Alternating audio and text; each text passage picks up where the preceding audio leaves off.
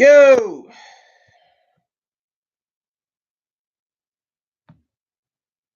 I'm just going to share this on YouTube, on Facebook.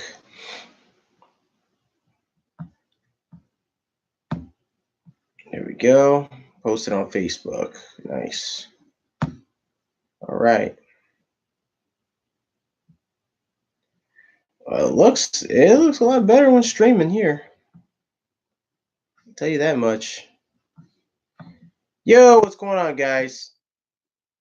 It's your boy Klein Guy John. Listen, I know about it's already past 7:30. Normally I do my live Q&A every Sunday at 7. I try to sort of, with some free time I had, I figured I started early at 5 and set up my OBS, Streamlabs OBS early.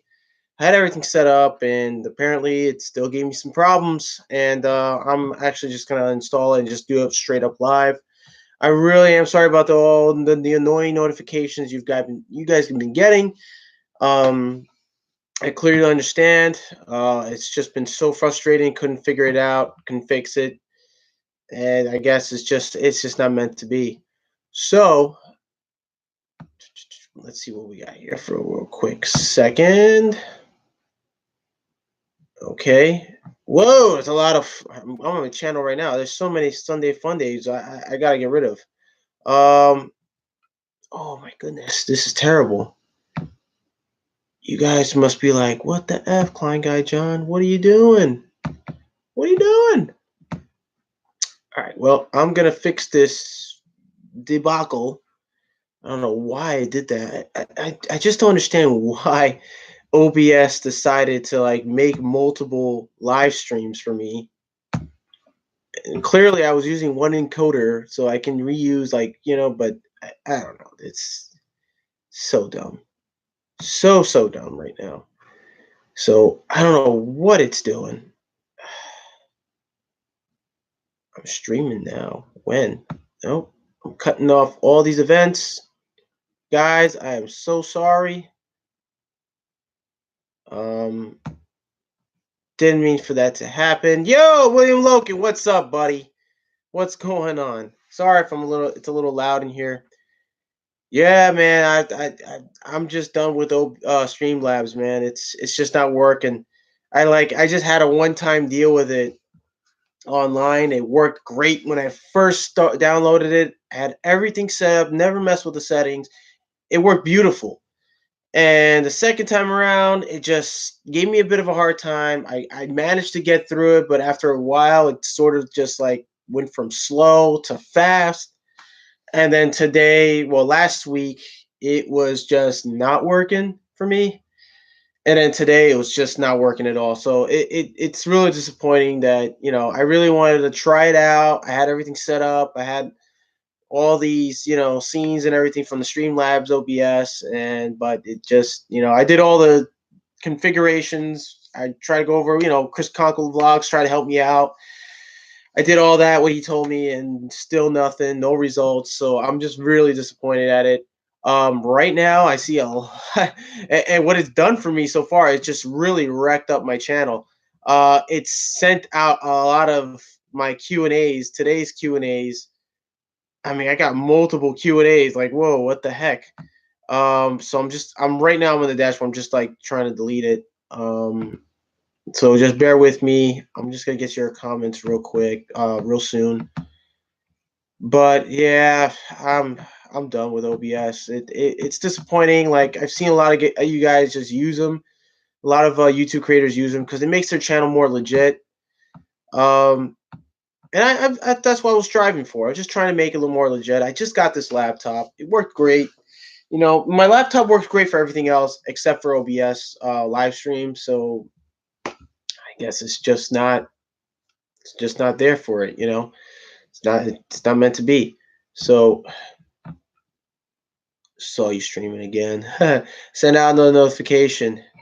Hey William Logan. Hey Brandon. How was your day, John? Yo, my day was pretty good. It's pretty good. I'm still recovering from my sinuses are just little bits, a little bit of issue, but it's not too bad. it's getting better. Tomorrow I gotta go to I gotta go back to this job tomorrow where I was on Friday. I came home Friday, early Friday actually. I caught up with TTR, Vince's TTR and everything. Oh, so Wheelrow's live now.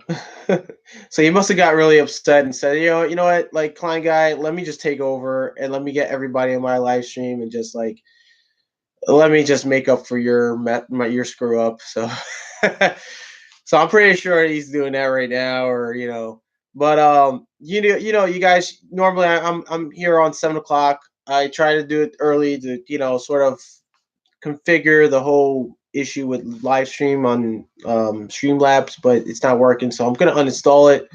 A shame. It's very it's a shame really because I really liked it at first, and then it just gave me all this debacle of streaming issues. And then you guys can see I'm streaming just fine. Right now. I don't know why it's not streaming.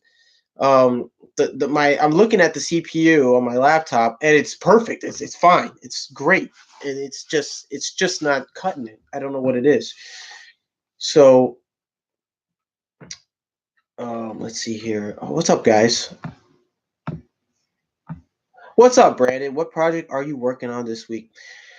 Well, here's the thing, guys. Here's the story, really. What's really going on with me? The prevailing wage job that I've been on at the New York Public Library out in the Bronx. It's right by a little, not really call it town, but I guess you could call it town because there's certain areas in the Bronx they call certain areas like Gun Hill, Grand Concourse, or where the Yankees are playing, where they have their Yankee stadiums aren't right on Grand Concourse.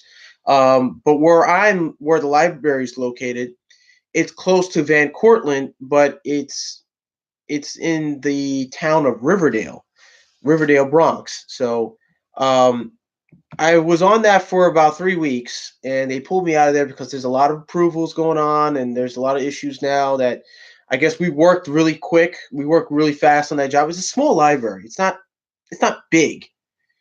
So what I was there for was to help out do the fire alarm, and I managed to get all my runs in. All the wires landed in the box, identified. I managed to get the fire command station installed, land the wires, all the home runs into the box, but wasn't able to terminate until all the devices were in. There's further testing. I have to do a lot of wire tracing and re-identification just to make sure that everything is, you know, identified as in and out, positive and negatives, um, all that sort. But I haven't got a chance to do that because now there's been some issues with the electrical work being done there. The incoming power coming from outside from the street. Um, a lot of change orders. And a lot of other approvals that have to be, they have to go through. Um, so yeah, it's a bit of a long wait. So right now, all they have me do right now is they have me going around doing service calls. So I'm basically doing like what you. I know you guys later just seen my previous video. I was doing the violation removal and estimate. Do you have to submit drawings and estimates? I don't do drawings. We have a staff that does that. There's a staff that does that. What they do is they actually get the original drawings from the city, and when it's obviously free of charge, they just order it. It gets sent over. We get an original blueprint plan, and if there's any changes, they revise those plans. And what happens is whenever we do change orders or we do estimates for a job, sorry for the shake. We write down what's needed, what needs to get done. They put it down. They put down for time, material, and the amount of manpower that has to be done. How many days or months it'll take. So right now, the job that I was doing about the service at the old, I can't really say the location of the job. I know it's in Harlem. I can't really tell what they do there. I can't really say what they do there. It's pretty like it's sort of, uh, it's a secret society, sort of say, so to speak. I can't really give out a name. I know the name, but I can't give it out in public because they're very secretive. And where I was working in the basement, where you guys saw the whole service, the wire sticking out of the wall from the street, and all that, and all the corrosion, all that video you guys saw. Yeah, that's the one I ran the estimate for. There you go, William Logan. Yes, they are members of the Freemasons, but they have a specific membership name, and I cannot say. Um, but they are members of the Freemasons. I can't give the location of the building. I can't say because they go by a different name, but they are members of Freemasons. They have a huge building. Um, so I can't say nothing. I can't even say anything to my own job. My own job, my the company I work for know who they are. They just can't really say anything outside. So it kind of sucks because then we lose them as a client. Um, and they pay good money. So they're gonna pay us good money to do the job. So we can't say anything. Do you have to submit drawings? No, I don't. For the change orders, yes, there's change orders going to be done there, because they have they have a lot of violations actually on the first floor. A lot of light fixtures that need to be rewired. There is old cloth wiring that has to be replaced and upgraded to number 12 MC or BX. But here in New York, we now call it MC. We don't use BX unless it's old work that we come across, like existing work. And if it's still being used and not and using like number 12 insulated conductors and no threaded conductors, no threaded insulation. If there's no cloth insulation and it's just regular insulation that we use today on wiring, it's fine. We leave it be as long as it's as long as it's safe. If not, we have to remove it and replace it with MC cable 12.2 or 12.3, depending on what we're wiring, or how many circuits there are in a branch circuit in the building. So yeah, that's pretty much it. Be right back. Another Guinness. All right, William Logan. Don't worry, we're not going anywhere. How you like me? Yo, how you like me now? What's going on, buddy? How's your guys' weekend going? Because I've been pretty busy this weekend. I'm recovering still from a cold my fiance gave me. And by the way, I know Coneman Studios has been asking me. A few of you guys have been asking me how the missus is doing. She's doing great. She's feeling well. She's working. She's home with her mom. She comes here on weekends to stay with me. We spend time together, or at least we try to. The place is a mess right now. You see behind me, I have like a bunch of memorabilia. If you guys notice, you guys see like Harry Potter stuff. She's really a fan of Harry Potter. I'm not gonna lie, I like Harry Potter too, and then the whole magical world of it and stuff. It's pretty cool. But I'm more of like a Star Wars geek. I'm a Star Wars fan. You can see Obi-Wan's lightsaber right here. I have his old lightsaber. It's awesome. It lights up and does the whole sound effects. It's kind of legit, but it's not the movie production type. So you get my drift on it. The ones you see at Toys R Us, but they're like really expensive, like $145 expensive. Yeah, that's my fiance got me as like an early a late birthday gift, and it was like the coolest thing. We even did she even got a wand, and we did sort of like a Harry Potter Star Wars theme for our a couple's photo and stuff. It was really cool. Let's see here. What do we got? Have I skipped out? How you like me now? Sup? Going good. Worked yesterday. Day off today. Hey man, Sundays. I gotta tell you guys, Sundays is the day to rest, relax, no work. Unless you're doing some house chores, that's fine. Nothing crazy, nothing that's gonna break your back. But like for me, for instance, all I did today was sort of straighten out the place a little bit. Went out, did some laundry, came back, tried a live stream by 5, but had some issues. So been good weekend so far, John. Oh, that's great, Brandon. Pretty good weekend here as well. Still dealing with more snow here in Vermont. Whoa, William Logan. I'm retired, so every day is a vacation day. Yo, don't get too bored, man. Keep yourself busy. I can understand. I mean, I'm 31 years old, and a lot of guys say, "Oh, well, you don't know what retirement's like." I have a few relatives that retired, and I can understand what they go through. They're bored. They're bored out of their mind. They have to, I believe I have one relative who went back to work, if I'm not mistaken. It's out in Chicago. He went back to work, but he works minimum wage. He doesn't work like the $40 an hour type job that he does anymore. But he works minimum wage just to sort of like he doesn't really care. It's just a pastime, keep him busy, you know. Oh, I'm far from bored, my friend. Klein Gaja, I remember you saying you want to start your own business. You think an electrical contractor? Uh, well, Brandon, you see, I am. I'm thinking of it, but there's a lot of things like what Vince was saying. If you guys remember Vince I believe last week's live stream about running a business, how to start a business. I can understand how how difficult it can be. I knew a few guys who, especially an old foreman of mine, who went to work for himself, and he would tell me stories about how he started, and it was difficult. It wasn't easy. You got to get a lot of clientele first off. You got to build up your clientele when you're doing side work.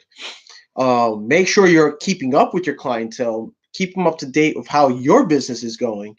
Let them know that you're there for you. It's a lot of heck. Then you have to have lawyers. You got to have a lawyer involved as well. You got to hire an accountant. Um, and then there's the issue of like hiring guys. Is it in your budget to hire a certain amount of people? You kind of have to sort of work with those things. But he told me it was very difficult, and he did it for a while. He did it for a couple of years, and then he decided to close off his business and just work for someone else.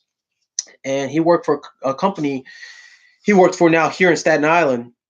He was on and off, but now he's officially back with. It was the first company electrical contractor I worked for, Control Electrical Contracting. They're based here in Stapleton, Staten Island. That was my first contracting company I worked for, and I worked for them for 2 years. And within those 2 years, I've learned a lot. And um, that foreman I was with, I'm talking about that ran his own business. His name was Richie. I'm gonna give his full name, but his name was Richie. He was awesome foreman, great guy.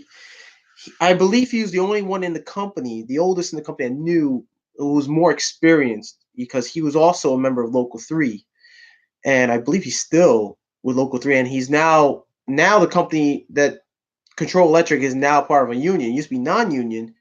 Now they're with Local 363. They're with the United Service Workers Union, the USWU. I used to be part of that union, but I left because due to the fact that I wasn't really getting paid. I felt I wasn't really valued much, and the apprenticeship programs, it was just weak. It was very disappointing. Um, it was things that when it started off with the apprenticeship, it was just things I already knew. When I went to Apex Technical School, it's basically the same thing. And just felt I didn't want to go through all that again. Even though it was a good refresher, I just felt like I didn't want to waste any more time. And the pay wasn't really good. Even though the benefits were great, the pay wasn't good, and I couldn't scrape by with it. So I had to move on and go back to non-union, show my worth, and the pay had doubled what I was making in the union. But even though a lot of people say union is better, you're more secure, yeah, I get that. I totally agree with you. But there are things that I know, um, things that were going on in that union. It's not like the IBEW. USWU is basically a union for businesses in construction industry, and it basically almost works the same way as, or closely the same way as, Local Three, IBEW. They're all corrupt. I'm just gonna flat out say they're all corrupt. I know guys in Local Three that left Local Three and told me, dude, it's just a corrupt system. You don't want to like. There's guys who stood there for so long because they just bite the bullet. And when retirement comes, some of them don't. When they retire, some of them just aren't satisfied with what they get in their retirement, which is a shame because Local Three here in New York is like the top union and of electricians, and everybody wants to get in. it's just a shame those who come out and they turn to you and say, don't bother with Local 3. Stay either with whatever the union you can find here, or just don't join the union at all and just stick with non-union. You're better off. I've met 3 guys who were Local 3 and they left. I believe one was retired, wasn't getting all what he was supposed to get in his retirement, and decided to come back to the workforce and work non-union.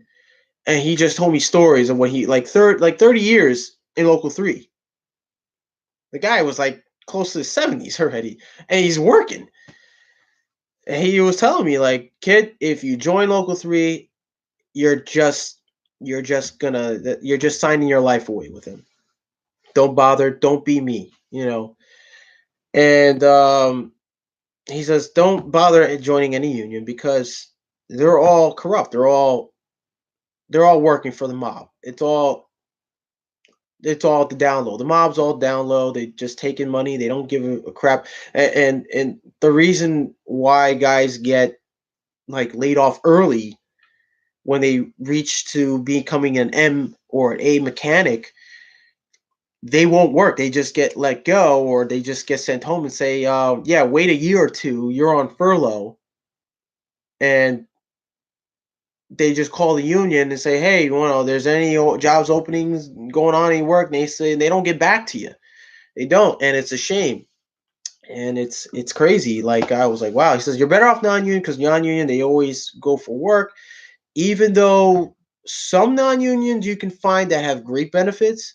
I'm not gonna lie. The first company I was with, they had pretty good, awesome benefits. They had 2 weeks of vacation pay, the health insurance. They even had I believe the 401k retirement was 8% match.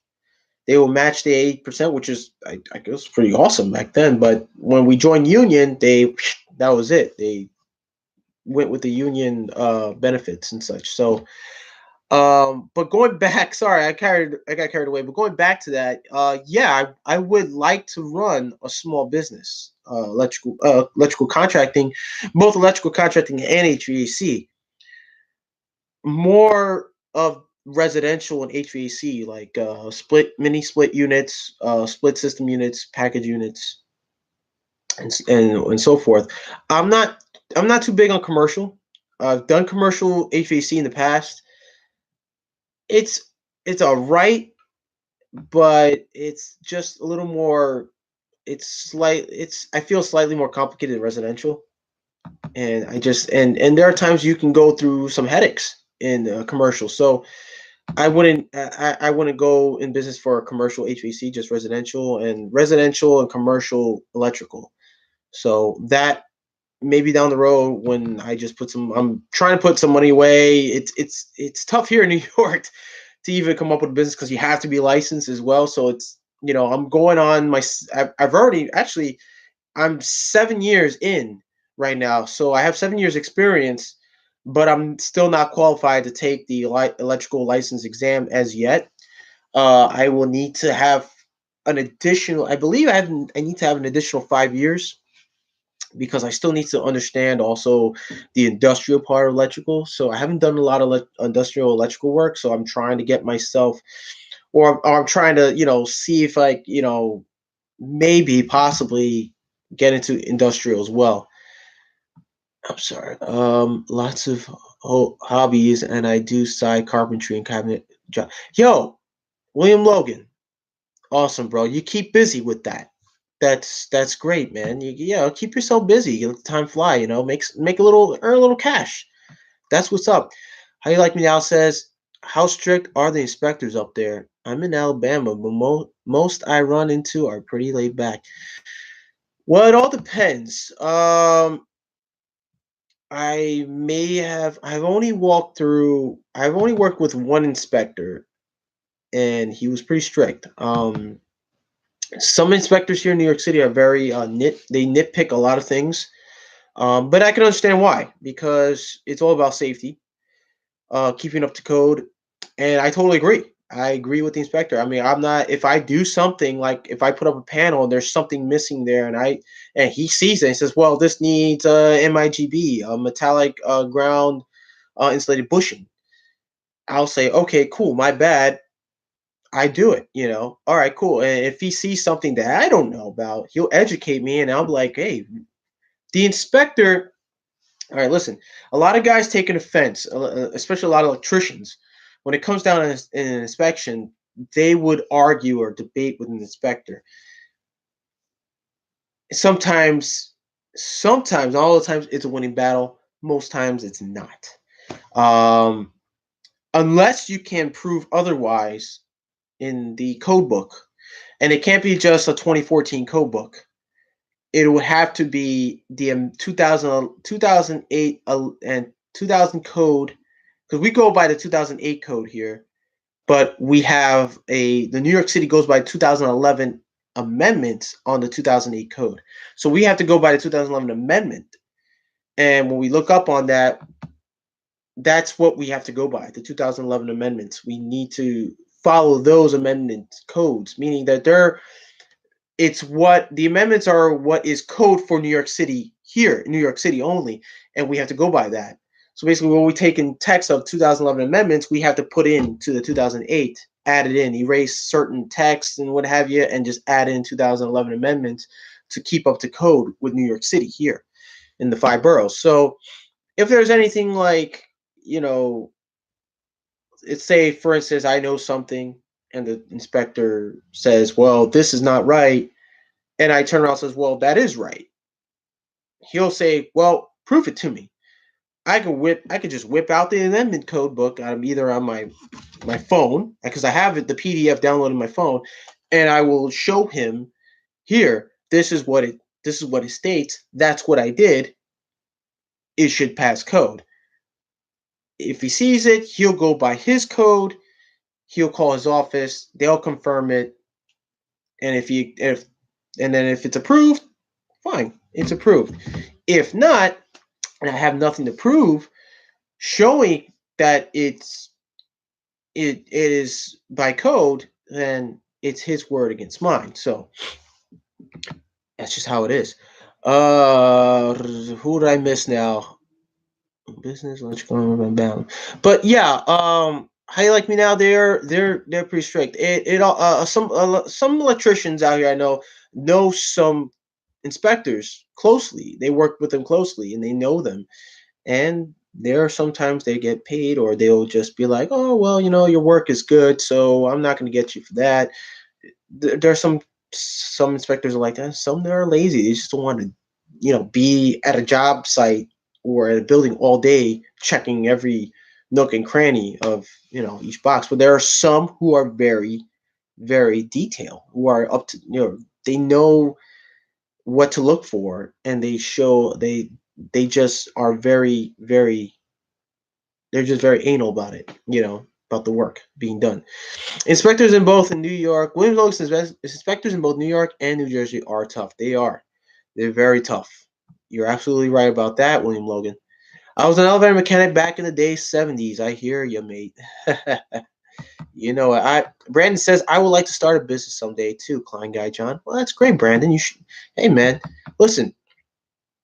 If you are good at what you're good at, if you're good at your trade, and you feel like you want to do more with it, you want to work for yourself, go right ahead. But just be prepared for what lies ahead. Some of us don't know. Like, for instance, I guess Vince, when he started, he had no, he had what he had. You know what I'm saying? He had what he had. He had clients, but he didn't have certain things that his lawyer told him he needed, and he gave him the advice, and he did it.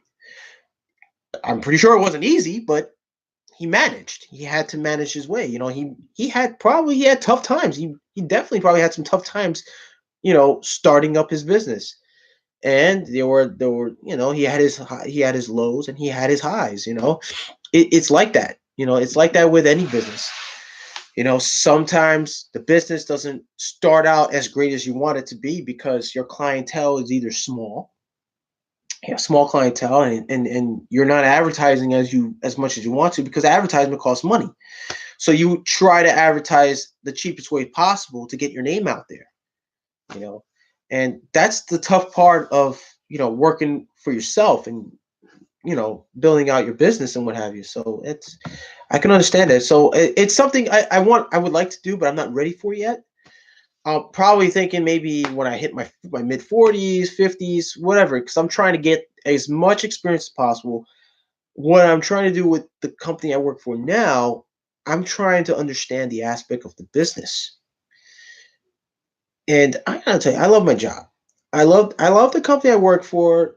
They're really great. They're not hard on you. They don't pressure you to do anything that you don't want to do.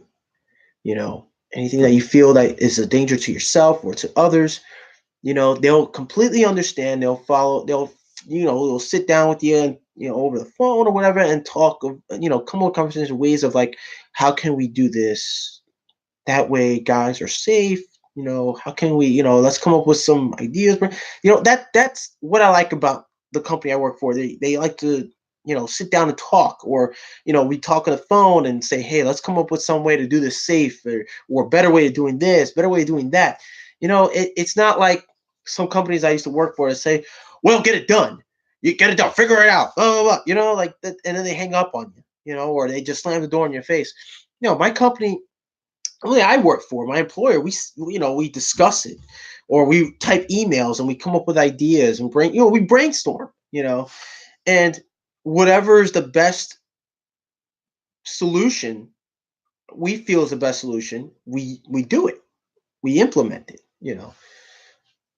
and it's in the job I work, in the company, it's all about teamwork. Everybody's a team player, and that makes me feel, this company makes me feel so appreciated. Like they appreciate the work I do, and I appreciate the stuff they do for me, and it's great. I'm happy. I'm not miserable when I come home from work.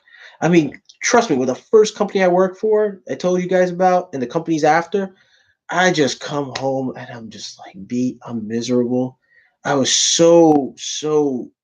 I would come up so angry because the guys I work with were just, they were just on me. They would just say things and try to make me feel bad. They would say they would say things like, "Oh, this trade is not meant for you. Oh, you're this, you're that." There's no teamwork. And when I would try to come in and say, "Come on, guys, let's do this." Teamwork, guys. They just look at me like, what's wrong with you? Like, get out of here. Get out of here with that. That's the attitude that was there. And that made me feel like crap, but there were a few guys there a few people there I worked in the company that were pretty cool. You know, they saw that I was the type of guy that came in and was like a go-getter. Like, they knew I was a team player, so they worked with me. We got along. Maybe like one, two, maybe three guys I got along with there, including my foreman that I just mentioned about, Richie. He was awesome. He taught me about fire alarm. A whole year we did fire alarm at Mount Sinai, the hospital up in the east side, Manhattan, and they had a school. And across from the school, adjacent from the school, they had the dorms, the co-ed dorm. So we did a fire alarm for the entire the building. And I was there for a whole year. And he showed me a lot. It was awesome. I had a great experience with him. He was the best foreman I ever had work with. Till this day, I mean, we still once in a while we still keep in touch, which is great, because always keep in touch with the foreman. If you have a great relationship with your foreman, always keep in touch. If you got problems, you got some issues that you have with, like, on the job, you need advice, don't be afraid to call up your old foremans or your old co-workers that you get along with in the past. Keep in touch with them because they can help you out. They can throw you some knowledge and help you improve on your job, and it's great to have those connections too. Let's see here. Wow, 12 years experience just to take license exam.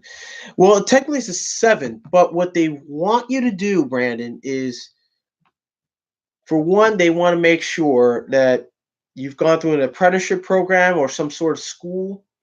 I went to trade schools, so I have some schooling, and they have to be certified. But if you're in an apprenticeship program, that ups the ante of taking the exam because that's more experience under your belt.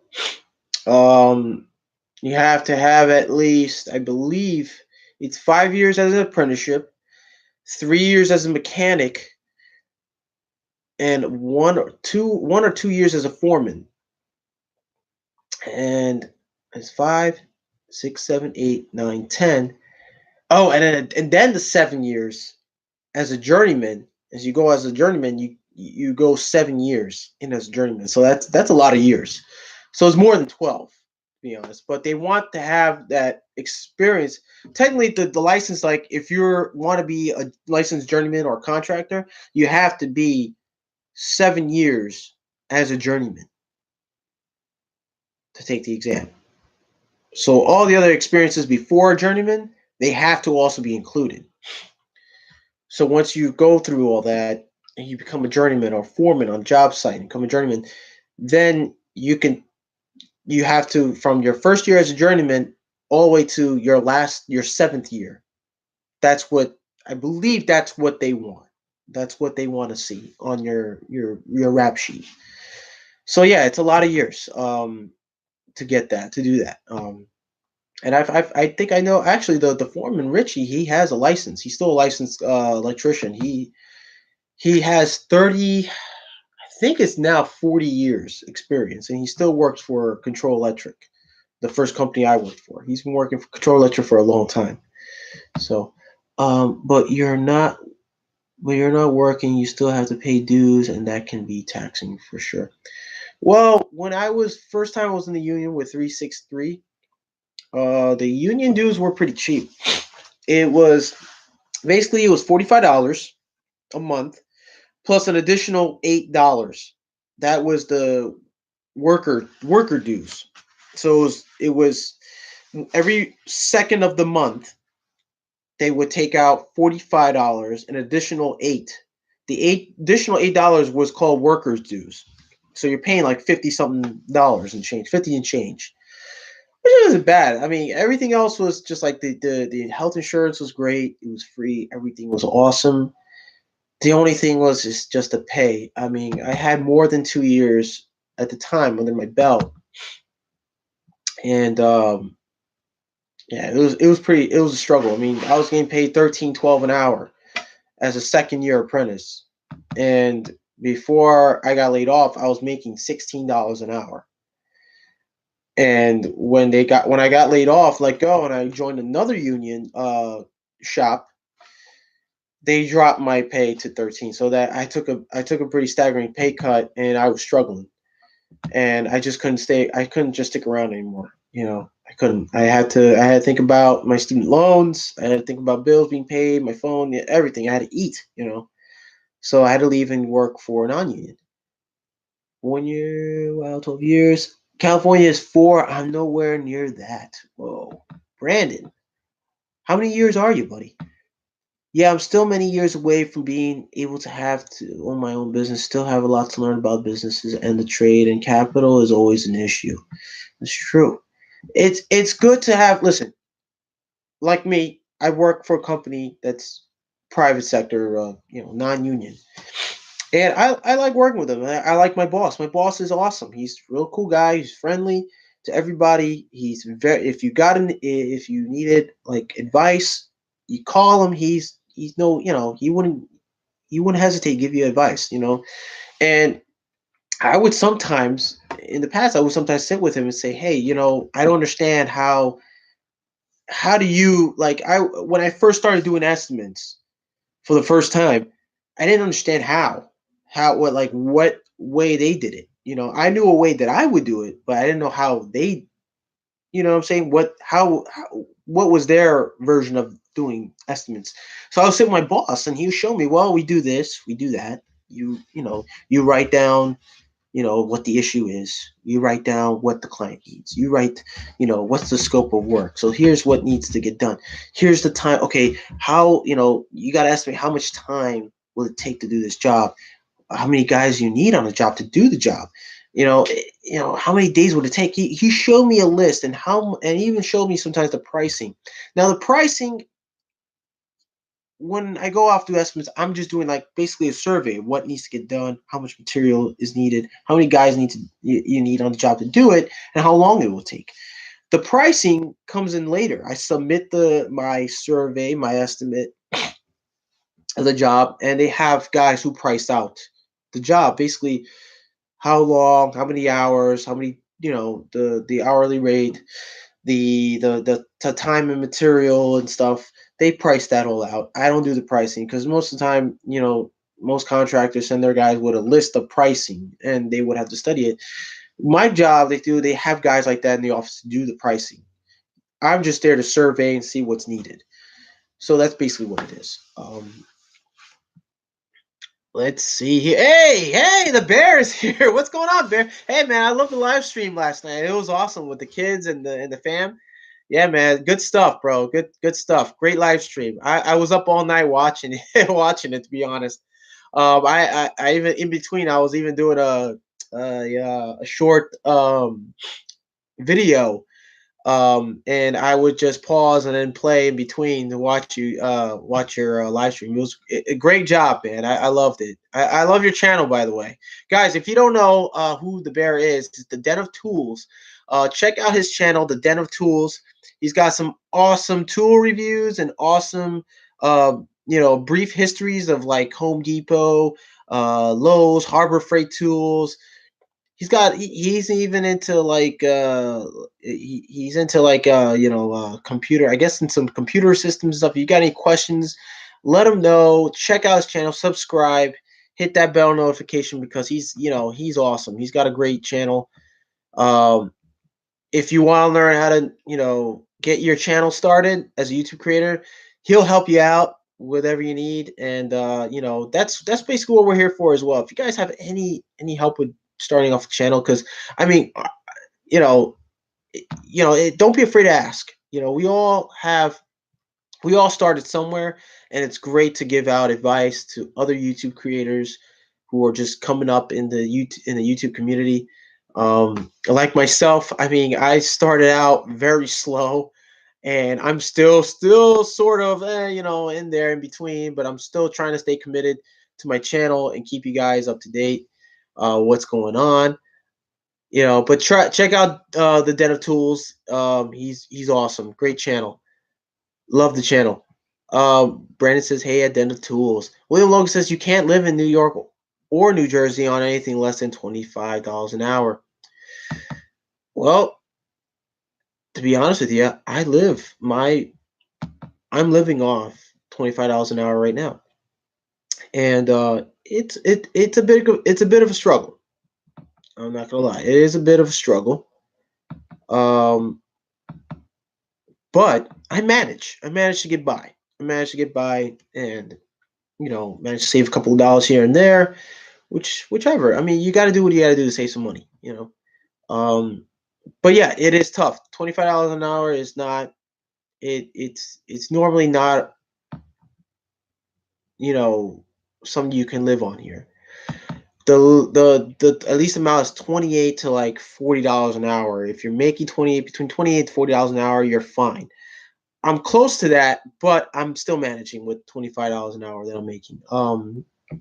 Actually, I'm pretty much due. I should be due for for a review and a raise soon. So see how that goes.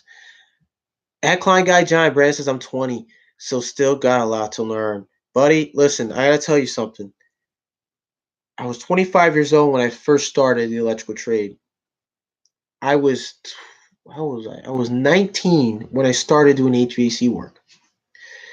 Now, you may think, well, what does HVAC have to do with electrical? Well, it comes hand in hand. Electrical and HVAC go hand in hand. And if you remember from my last few chats, how I started off knowing electrical was wiring up condenser and evaporator motors.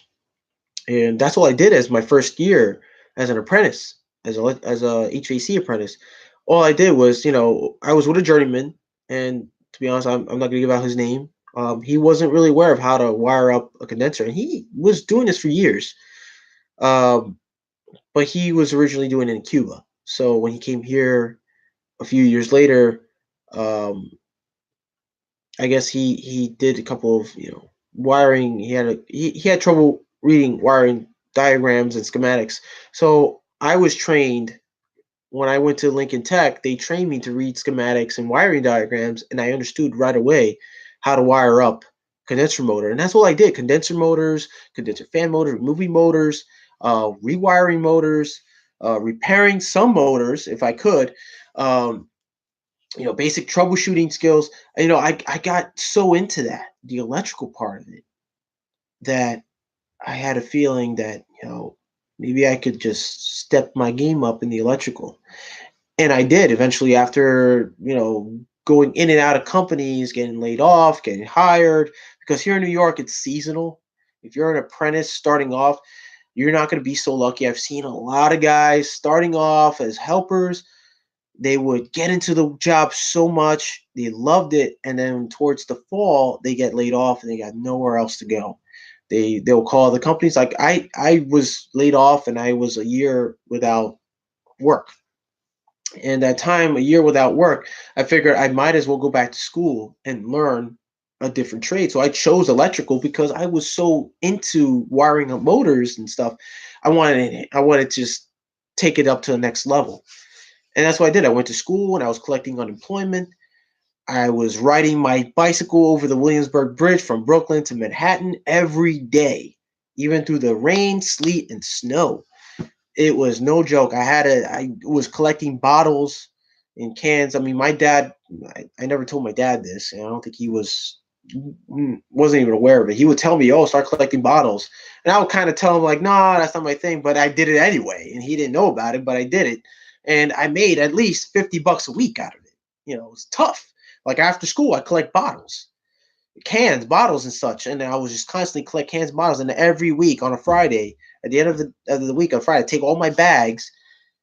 I would actually take. It's funny because I couldn't bring them home. I didn't want to show. I didn't want to show my dad I was, actually doing it.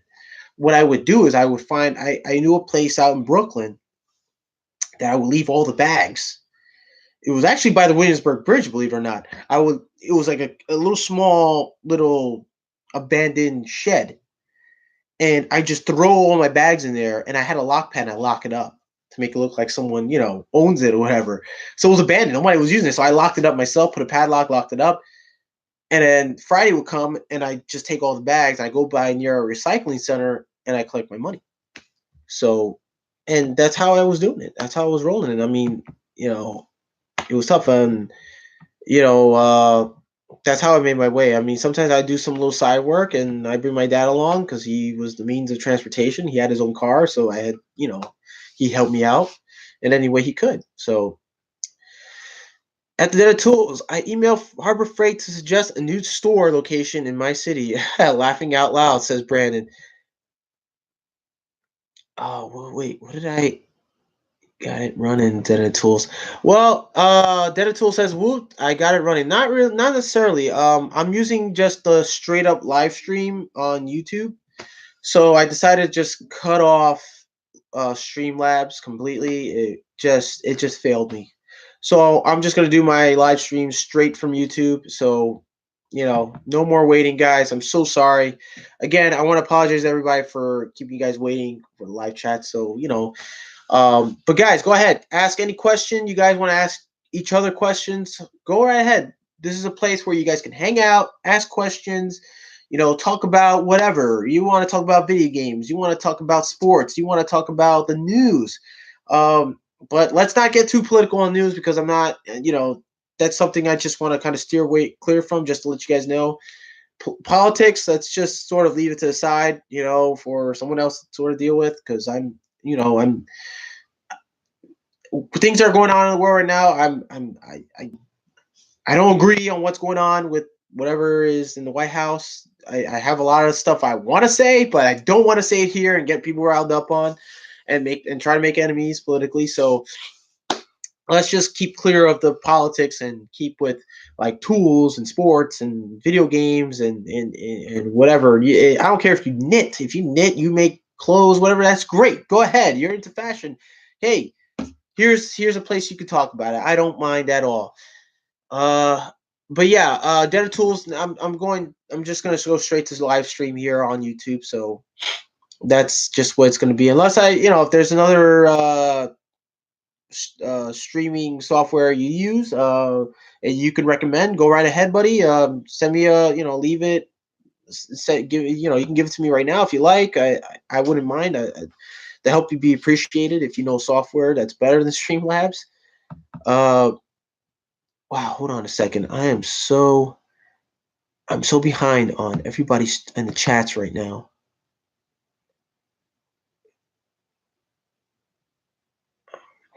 Oh, How You Like Me Now says 25 an hour. I'd consider that balling.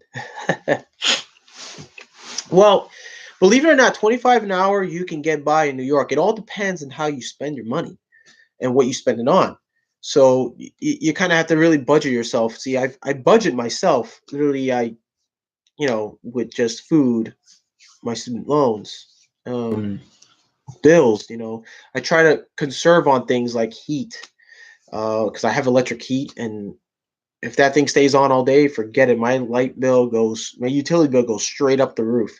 I just paid $150 utility bill, but the highest I paid was $255 on utilities.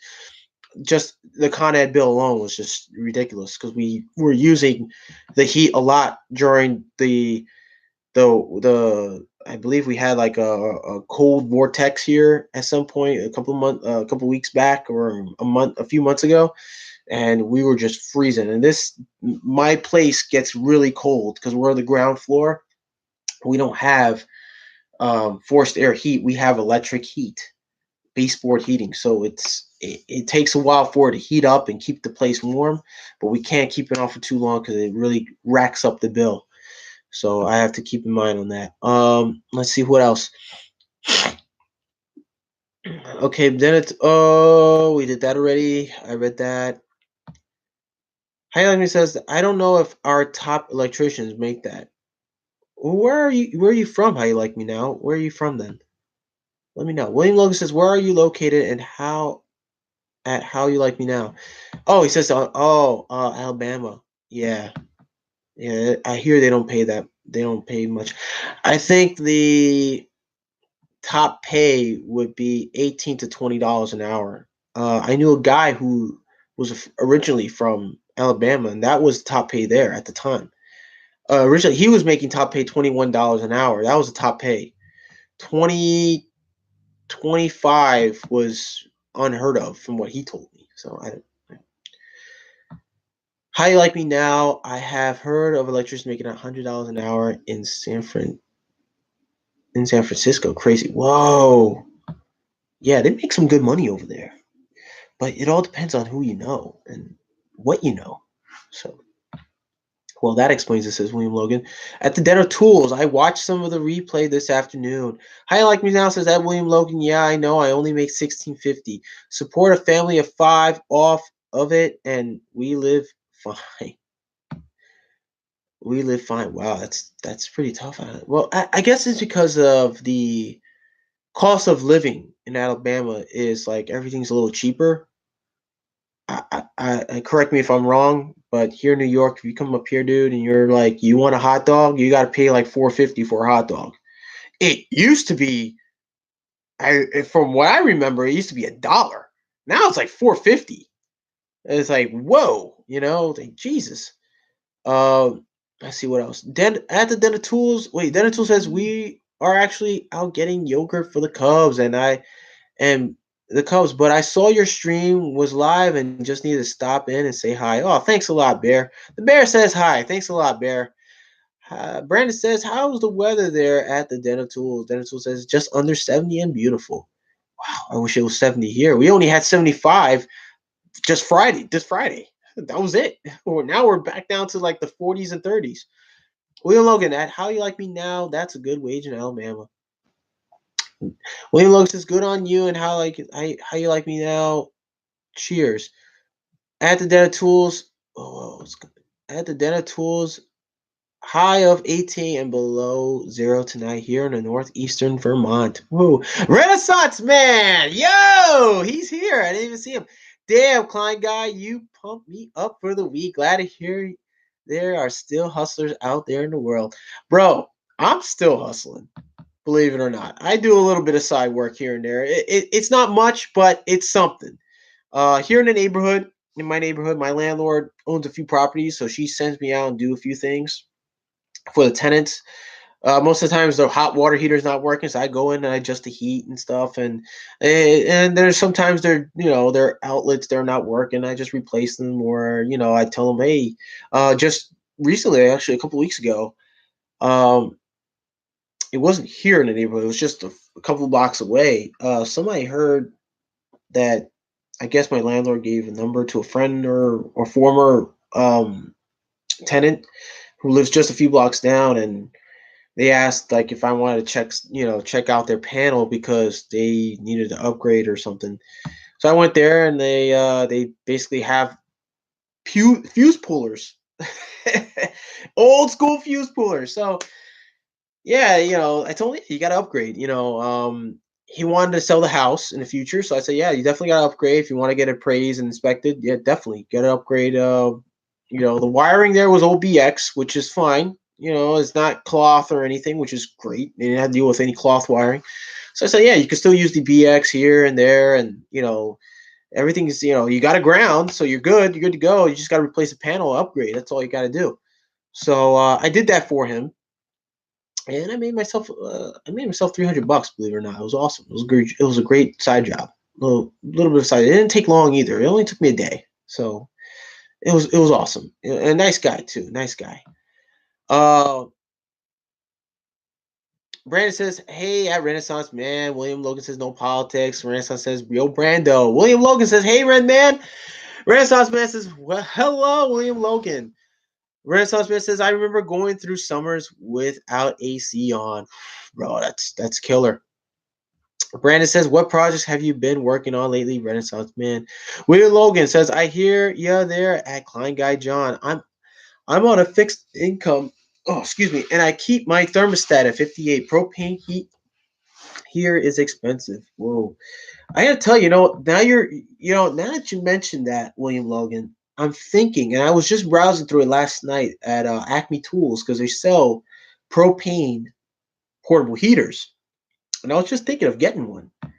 I believe they sell one for $99, refurbished, and I'm thinking of getting one myself. It doesn't sound too bad because I really like to save some money on the electricity here, and it's not cool. It's crazy on the heat here.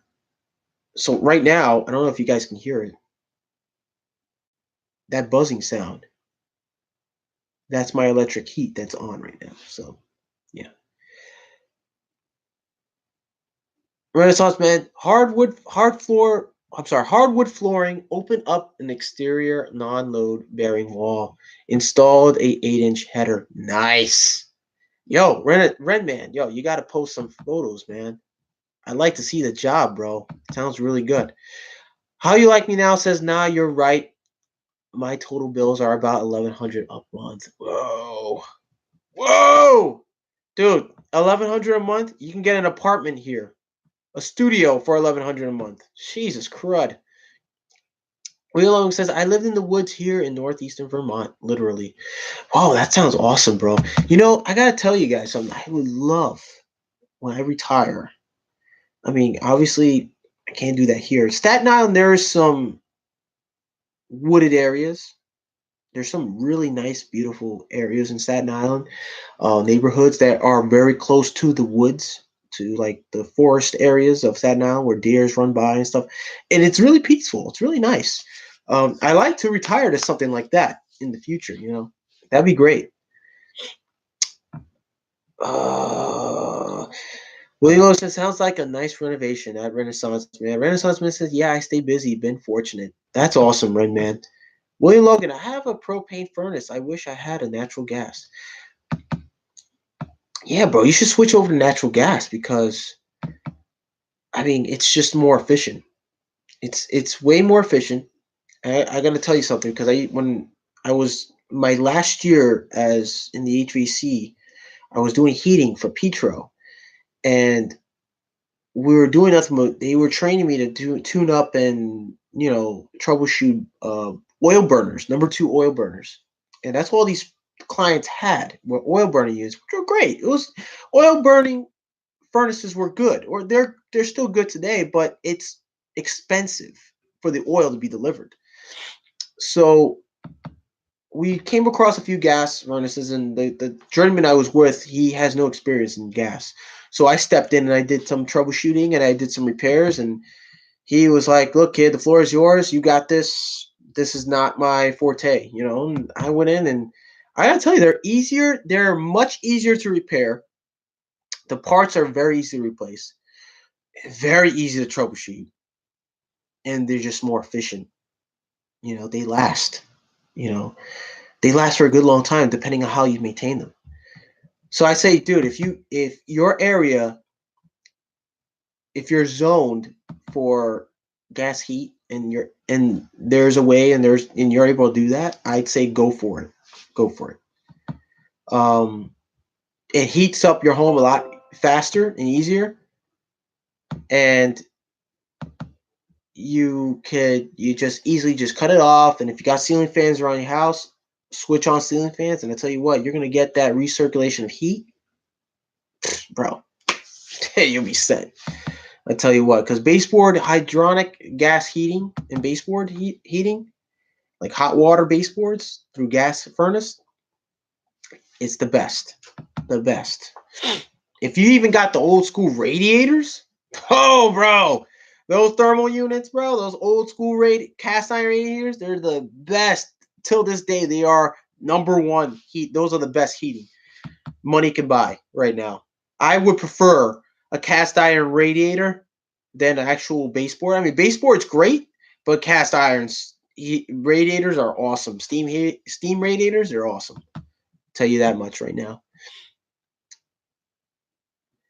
Lots of jobs lined up, says Renaissance. At Renaissance Man, says Brandon. William Logan, good on you, Renaissance Man. William Logan. On 20 plus acres, I moved up from Bergen County, New Jersey in 2015. Wow. Yeah, but you can still do gas heat, bro. I mean, it all depends. You got to shop around a little bit, Got to shop around for some techs that can come down and do it for you. And contractors who can, do it, and they can do it safely and easy for you. Renaissance Man says, yeah, Brando, some bathrooms, some floors. William Logan says, natural gas is not available here. I live in a very rural area in the sticks, but I do supplement with a wood stove. Yo, wood stove, bro. If you got the wood and you can get the wood yourself without spending any cash, and you got the heat, do it, because that's number two right there. My opinion, gas heat is number one. Radiators and gas heat, number one heating supply source you can have in your home. Two, a wood burning stove. That is awesome. I've been to a home with a wood burning stove. It works just as great as a radiated heat. I kid you not. It's awesome. And it's very energy efficient because you don't really pay.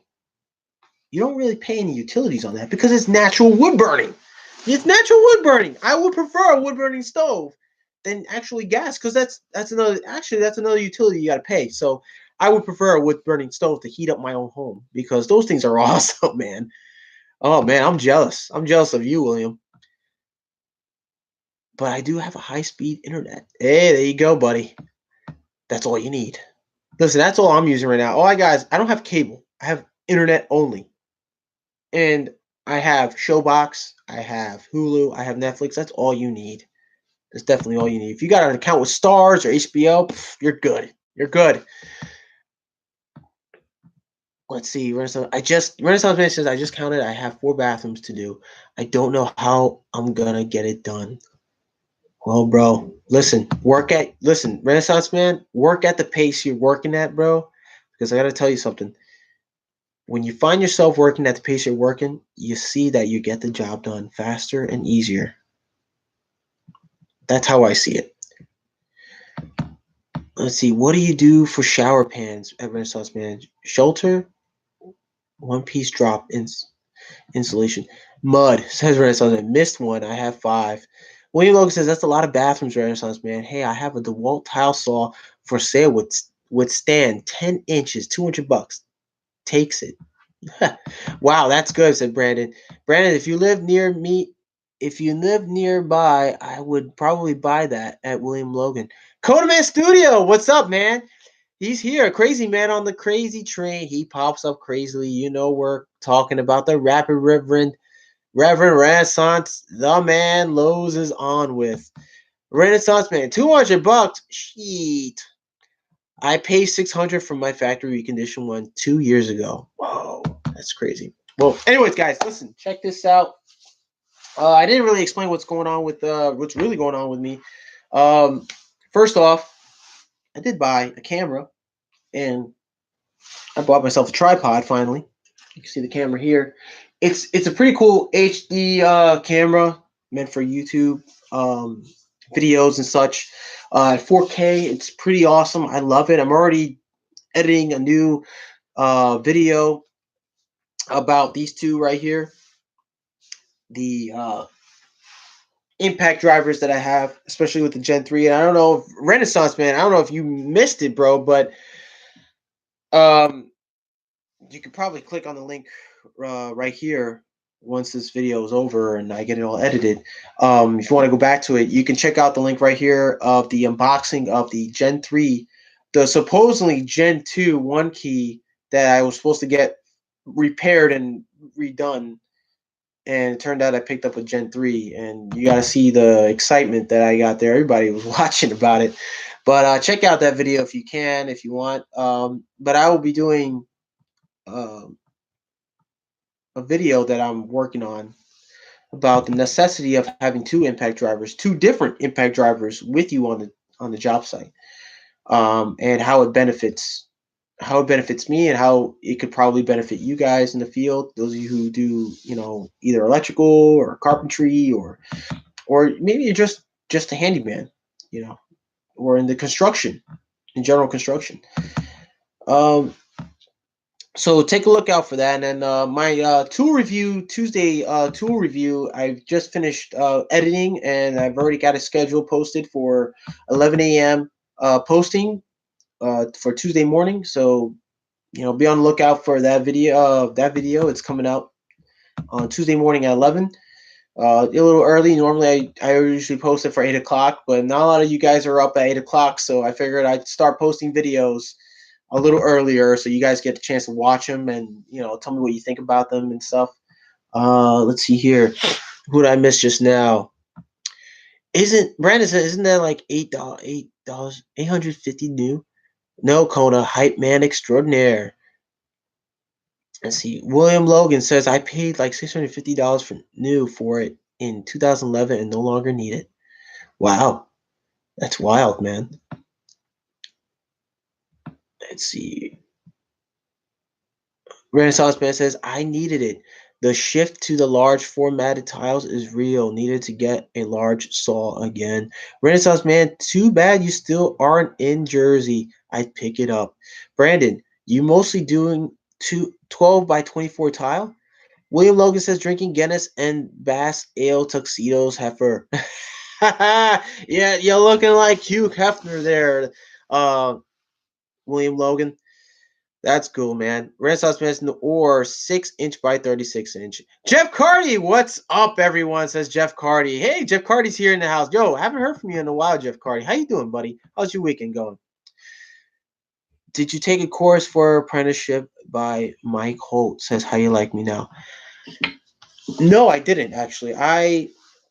What I did was when I was an apprentice, I learned everything that I tried to learn as much as I could in the field, and I learned about Mike Holt by accident. Actually, I ran across his videos because I was refreshing myself in electrical theory, and his video popped up as the first video on YouTube for that category, and I just got hooked. I got hooked to it, like the electrical fundamentals, grounding and bonding, electrical branch circuits, electrical protection, all that stuff. His videos are awesome. I have his books. They're great. I love those books because I feel his books are way better than the books I got when I was at Apex Technical School in the trade school I was in for electrical, and it's just more detailed. It's just like step by step stuff that you need to learn about electrical. It's just awesome. I really love his books. I'm a huge fan of Mike Holt. Those of you guys who are new and just coming in on the channel, if you don't know who Mike Holt is, check out Mike Holt. He has a channel called Mike Holt Enterprises. Check him out. Any of you guys want to be a moderator, let me know. I'll even leave a link. Actually, let me try that right now. Let me see here. Let me leave a link for Mike Holt. Let me see if I can find Mike Holt here. Mike Holt, here it is. Let's see. I can leave a link. I go to his channel. Wow, you know, I have a very bright screen for some reason. Oh, that's why. It's because the way it's angled. Oh, man, he's coming out with new videos. Oh, dude, that's awesome. Okay, so, gee, I don't know why I can't go on. Let me just go to my thing first. No, I kind of want to see my channel here. Creator Studio. No, I think I screwed up here a little bit. Oh boy. What is this? What are you doing? Let's go to my channel. There we go. All right, so Mike Holt, right? Mike Holt. Let's go to his. Here we go. All right, so about Mike Holt. So, if you guys want to know more about Mike Holt and what he does, I'm trying to find a link here. Actually, you know what? I'll send a link about first thing grounding and bonding. I mean, that is an awesome video. Let me just pause it real quick. I don't want to play the whole thing because it is a long video, but it's so good. It just makes you understand more about grounding and bonding and all that stuff, and it's just great. Let's see if I could just share the link. Yep, copy. Okay, so I'll share the link down below, guys, if you want. Paste. Here's his link. Check it out. Mike Holt. You won't be disappointed.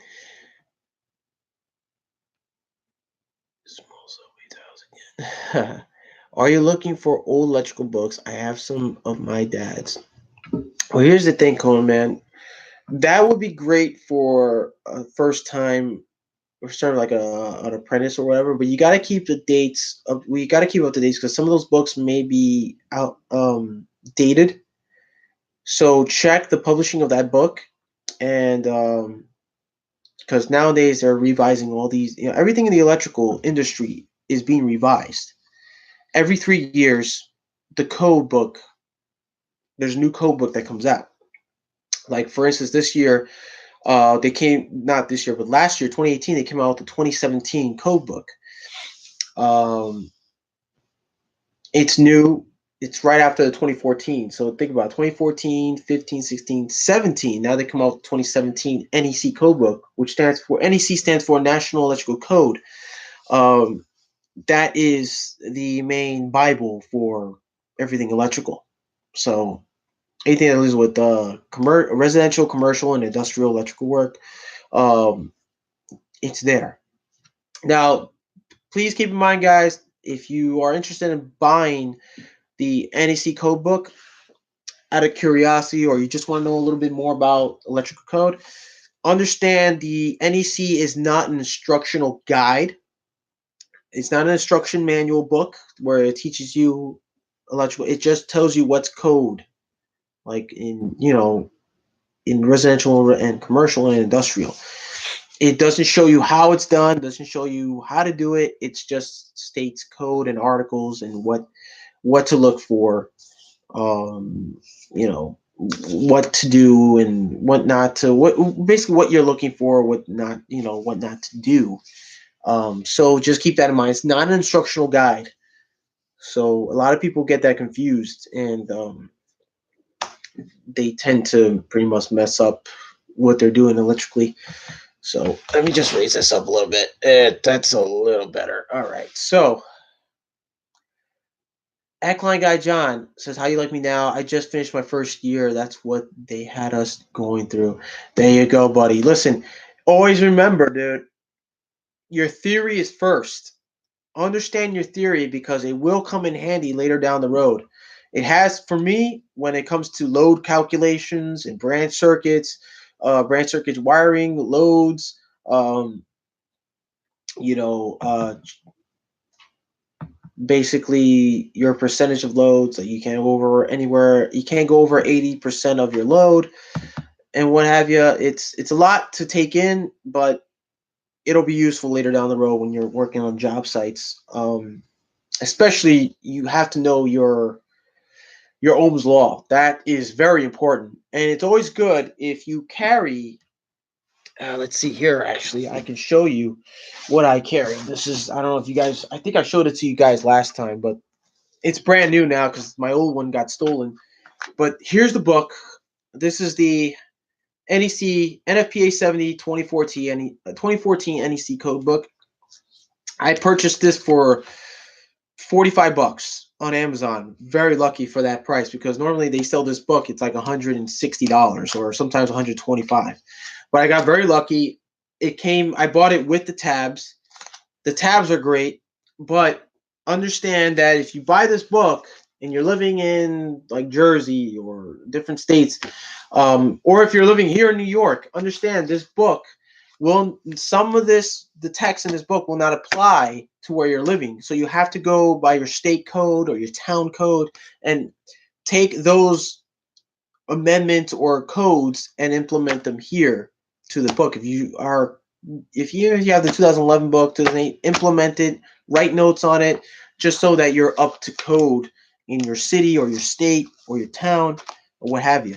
Another book that's very, very good to have, and this is my favorite to have on me at all times, the 2017 Uglies book, Electrical Reference Guide. This is an amazing book. This saved my butt so many times in the field. I tell you what, listen, you're not going to remember everything in this book. Neither in this book. You can't remember everything in this book. Trust me, there are guys, electricians who've been doing this for 45, 50 years, and they don't know. They don't remember everything in this book. This is just a reference. It's a reference guide. It's a reference guide. This is something you should have on you at all times if you're an electrician in the residential, commercial, or industrial. So it's a very good book to have. No super chat available? No, buddy. I gotta reach 1,000 subscribers to get super chat. So, but when I do, I would love to like really just if you guys want to contribute to super chats in the future, if I reach 1,000, I'd love to just to get tools and do tool reviews, or just get maybe like textbooks. You guys are interested in textbooks, Mike Holtz books, or the NFPA 70 code books. Once I reach that 1,000 mark and start activating super chats, I would be free to put whatever amount you guys want to in the future. So hopefully I can reach 1,000 subscribers. If not, I'm just gonna still keep on trekking with it. Conan says I'll send you the titles after your video ends. Awesome, Conan. Thanks, buddy. William Logan, I have an old ANSI code book from the 70s. Bro, whoa, yo, if you sell that online, it might be worth a lot of money. Renaissance Man says NEC is a natural electrical code. I thought it was needless electrical changes. Yo, that's funny, bro. That's a good electrical joke right there. William Logan says, I'm Renaissance Man. I hear you. Brandon, later, everyone. Have a good week. Yo, Brandon, have a good week, brother. Enjoy the rest of your weekend. Renaissance says, later, Brando. William Logan says, in the elevator business, we had to deal with 208 360 up to 483 60. Oh, 208 volts, 3-phase, 60 amps or 60 hertz, 60 amps. Wow, bro, that's awesome. That's basically what I go through most of the time. When we're working in commercial, we go through all those phases as well. William Logan says later, Brandon. Jeff Carter says, take care, Brandon. Renaissance Man says, wow, 1,000 subs. Yeah, you gotta have 1,000 subscribers to get a super chat. Jay says, you finally got it going. Well, Jason, I'm using the direct live stream on YouTube, the YouTube channel. So I'm done with OBS. Unless you know a good live stream software besides Streamlabs, then by all means let me know. Eddie Smallhorn, you finally got the live stream working. No, Eddie, I'm actually doing it directly through YouTube. It works better with YouTube directly than Streamlabs. So you're not gonna see my intro, you're not gonna see my outro, you're not gonna see little pop up windows and the ones that I designed on Streamlabs. So unfortunately, I had to uninstall it because it's not working for me. It's just a shame, really. I really liked it, but it's a shame it's not working. Kunaman says good night to all and all good night. Yo, good night, Kunaman. How You Like Me Now says, I carry an Uglies book also. Good quick reference guide. Bro, carry it at all times, I tell you that much. Eddie Small says, good night, Kona Man. Later, Kona says, Renaissance Man. Yeah, it's 60 hertz. Correct. I'm sorry. See, I didn't mean to say 60. I meant 60 hertz. Uh, Renaissance says, Eddie, how the voice? Lost the accent? Amos Cordoza, what's up, man? Elite Interior Solutions, yo, yo, yo, says Elite. What's going on? Welcome to the channel, buddy. William Logan, I'm out as well. Cheers, y'all, and have a great St. Patty's Day. What's left of it anyway? Yo, good night, William. Good night. Have a good night, buddy. Thanks for tuning in. Demon's here. What's up, Demon? Hello, everyone. Yo, VCG is here. What's up, Vince? Went directly to YouTube live, man. I just got sick of Streamlabs, man. So I'm doing it straight up live to the YouTube channel. Later, William Logan says, Renaissance Man, Amos Klein Guy. Eddie Smallhorn says, have you just used OBS directly? Not. I did both, and they're not working, bro. Eddie, I'm so sorry. It's not working. If you have another software, anybody here has another software in mind besides Streamlabs, be free to tell me. I would love to try. Streamlabs was working great at first. When I first, downloaded it, it worked awesome, but now it's just become a pain in my butt. I don't know what's going on with it. Minorca Home Solution, it's a raid. Redman, what up? Smoking the Wall says, what's up, Klein Guy John? What's up, Redman? How you doing, brother? How's your night going? How's everybody St. Patty's Day doing anyways? I want to know. What do you guys do? What have you guys been doing for St. Patty's Day today?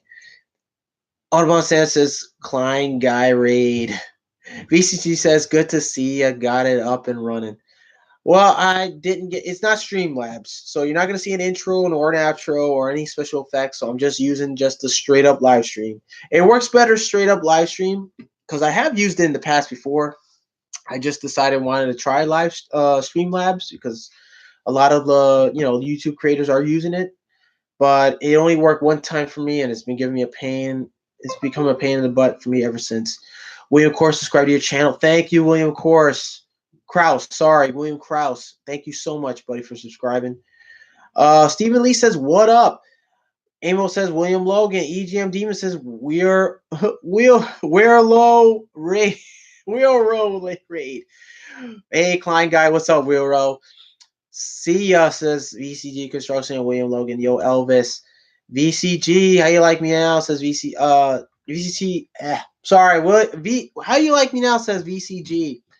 Mike Bush, what's up, Mike Bush? How you doing, buddy? Yo, how you like me now? Says VCG. Stephen Lee says, hey, Renaissance Man. Everybody say what's up. That's good. Connection speed, not enough. Well, here's the thing, Audubon Dan. The connection, it claimed, the Streamlabs claimed my CPU was not running great. But when I checked my CPU directly onto my laptop, it's working fine. Everything was speeding up. It even told me I can use Streamlabs, whatever, and it just, I don't know. Maybe there was some sort of communication error. I don't know what was going on. Let's see here. So, if you guys were wondering, I'm doing good. Those of you guys coming in, I'm doing great. I'm still recovering from the code that the missus gave me. So I'm doing a lot better. The Alka-Seltzer Plus has worked wonders on me. But I've been doing good. The weekend's been fine with me. Been keeping busy. Been doing some videos. So guys, keep posted on. I just posted a tool review Tuesday video for 11 o'clock in the morning, Tuesday morning. So I know some of you guys will be working, but watch it later during the day if you have to. So I'm gonna start just posting if I can videos like around that time or in the afternoon, around after 12 or so. So you guys get a chance to watch the videos and not so late at night, because I know most of you guys come home tired from work and you don't get a chance to watch them and you watch them later on. So it gives you a little more time. Graphics take memory. That's true too, but I didn't use that many graphics, believe it or not. I don't know. It was just weird. I might just re-download it again and see what's up. But if it does give me a hard time again, I'm just gonna uninstall it once again and just go straight up to streaming. That's funny. Smoking the wall, says Minorca Home Solutions. Yo, VCG Constructions. Yo, at Smoking the Wall. Stephen Lee. See ya, Demon. Demon's leaving. Yo, see you later, Demon. Thanks for coming in, buddy. Thanks everyone for rolling deep. Jeff Carter says, Klangon John, where are you working at now? All right, well, what they got me doing right now is some service calls. They pulled me off the prevailing wage job for a little while. The job's not done yet. We're still working on we're still waiting on approvals and some change orders. It's a real pain. So I won't be back there for a while until they call me back for to finish up the fire alarm. So right now they got me just basically going around the city. They got me on a few, some jobs, that are still, they're working on right now. Some job sites, they just toss me around. Tomorrow they got me doing violation removal. What we're doing is I'm going to be working on a job that was at Friday doing a violation removal and estimate where they are renovating a bedroom. I'm actually working at a former celebrity, or I guess you could say she's still acting. Her name's Leanne Curtis. If those of you who don't know who she is, she played the best friend of Molly Ringwald in 16 Candles. And believe it or not, I even have a photo of her. We took photos together. She's really cool. She's still She's still acting. She produces. She writes.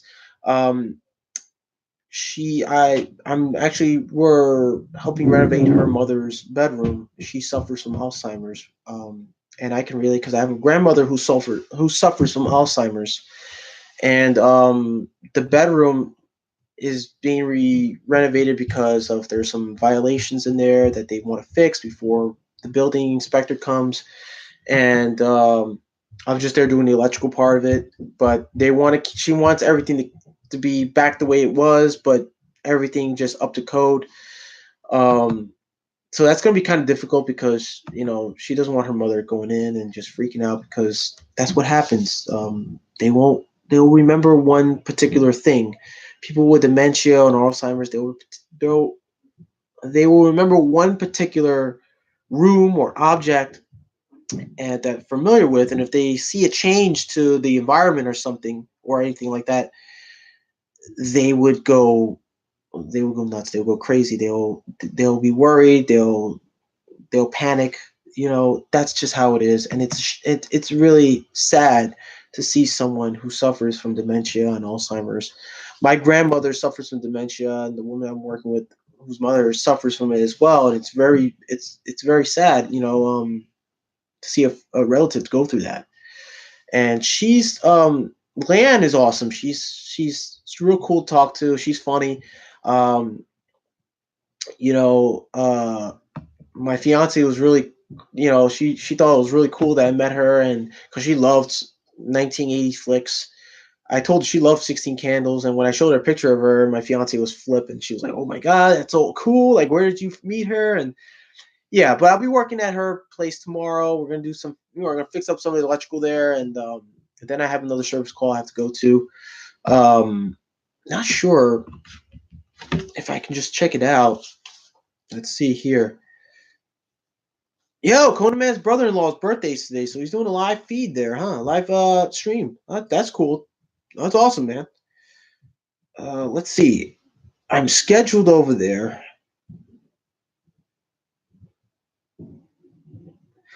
Whoa, they only got me there for 3 hours. Excuse me. Yeah, I'm gonna be back over there. So remove illegal wiring, cap off, install one light fixture with one existing switch. Light fixture provided by client. Any other work will be billed additionally on time and material basis. Client turn wants to run a line into closet. This will be TNM. So basically, this is the same job I was at Friday that we're gonna start up fixing everything there and keeping everything up to code. So that'll be fun. It's a two-man job, really. So I'm only gonna be there for I believe 3 hours, and then around 1 o'clock I have to go down to Crossstar Network Solutions. They want me to hardwire whips for commercial furniture workstations. Set price, whoa. Okay, so that'll be my last service call for that day at 1 o'clock. So they want me to run some whips for some what was it? Some internet stuff. I think I read that wrong. Oh, commercial furniture work. So workstations. So that's all I'm going to be doing. That's tomorrow. Let's see. I'm here, but doing other stuff as well. Says GM guy, what's going on, buddy? Autobahn Dan. Autobahn Dan is in the Hayes house. I found another wear a bottle opener ring, man. I have to pressure test a coil. GM guy says I'm going to the coil tomorrow. See if it holds pressure. Whoa. Stephen Lee says, what city are you in? Oh, Stephen Lee, I'm in New York City. I'm within the five boroughs. I live in Staten Island in the town of New Dorp. It's a really nice town, really. I like it here. I have no complaints. I love the area. Way better than Mariners Harbor, I tell you that much. But New Dorp has been so good to me so far, and I love the area. It's a real cool place to raise a family, I think. But no complaints. I mean, I used to complain a lot about living in Staten Island, but this is the only part of Staten Island I have no complaints about. But yes, the Staten Island is part of the five boroughs of New York City. So basically, I'm still in city limits. Um, so city of Staten Island, basically. Yeah, cool. Yeah, that it is pretty cool. Jim Guy says I have to pressure. Okay, I read that. Emo says Cardos, no way, cool man. Minor Consumer Solution says cool man, meeting people. Jeff Carter says I'd be looking for some live chats with you in the mornings. Well, here's the thing. I'm debating whether I should go and just do live streams every Sunday at 7 because I know some of you, like Vince and Wheel Row and guys, they like to do some videos in the morning and or some live chats in the morning, and you guys want to keep up to date.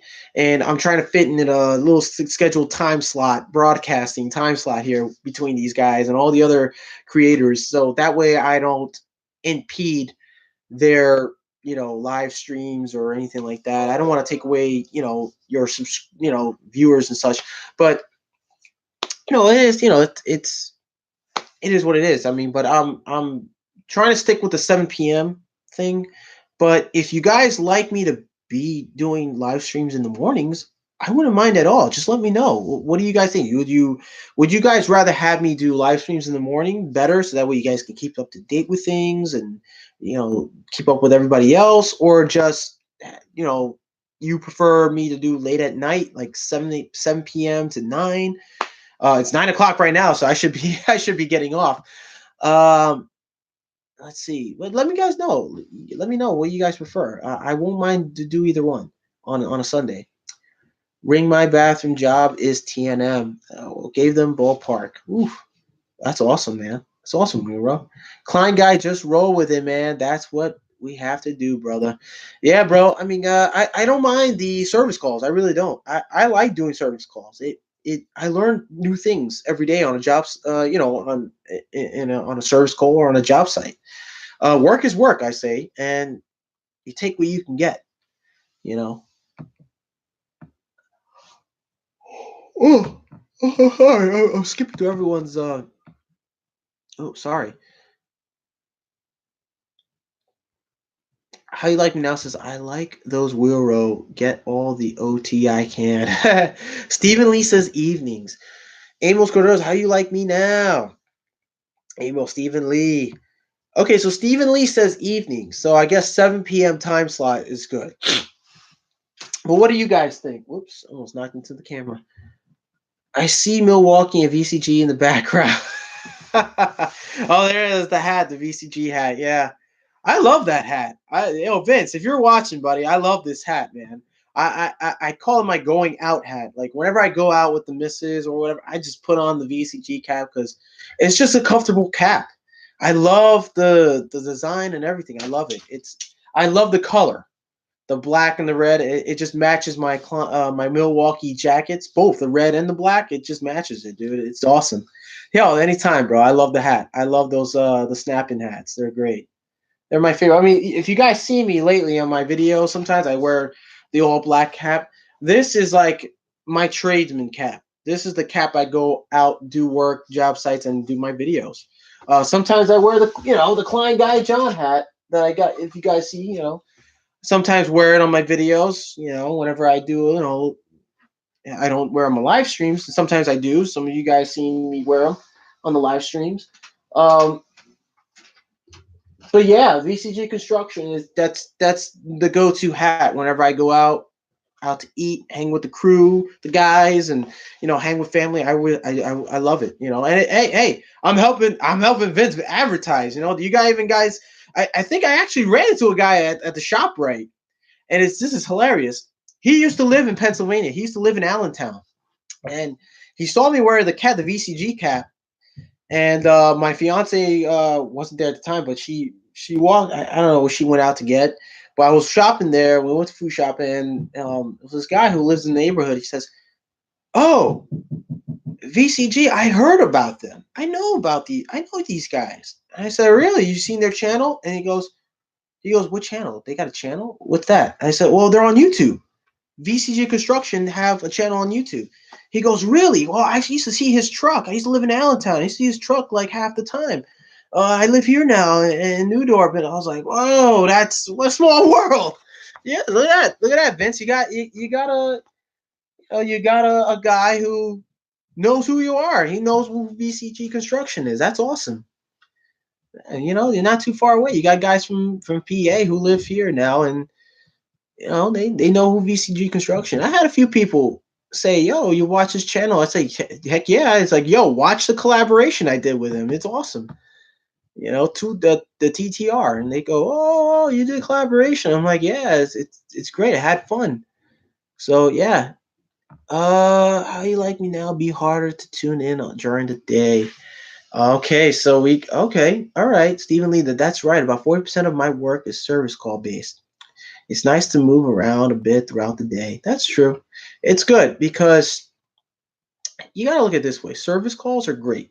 If you're doing HVAC work or electrician, service calls are the bread and butter of the company. Sometimes, like the big jobs, the big project jobs, they could be slow. Work could be slow, and all you got is service calls, and that's the bread and butter. That's what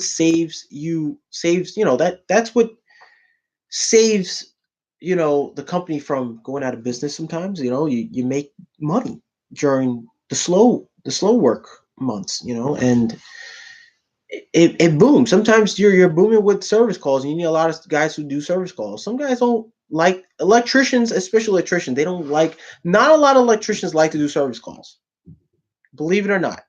I'd say 85 to 90% of electricians don't like being in the van doing service calls because they don't like to deal with finding parking or dealing with clients, customers. They're not people person type, tech. Me, I'm a people person. I love talking to clients. I love, creating relationships with them.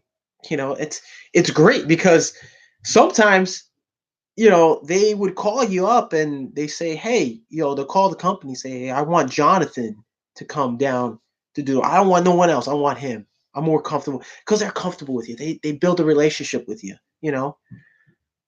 There you go, Vince. Vince knows what I'm talking about. He knows because he does it every day. He builds relationships with his clients.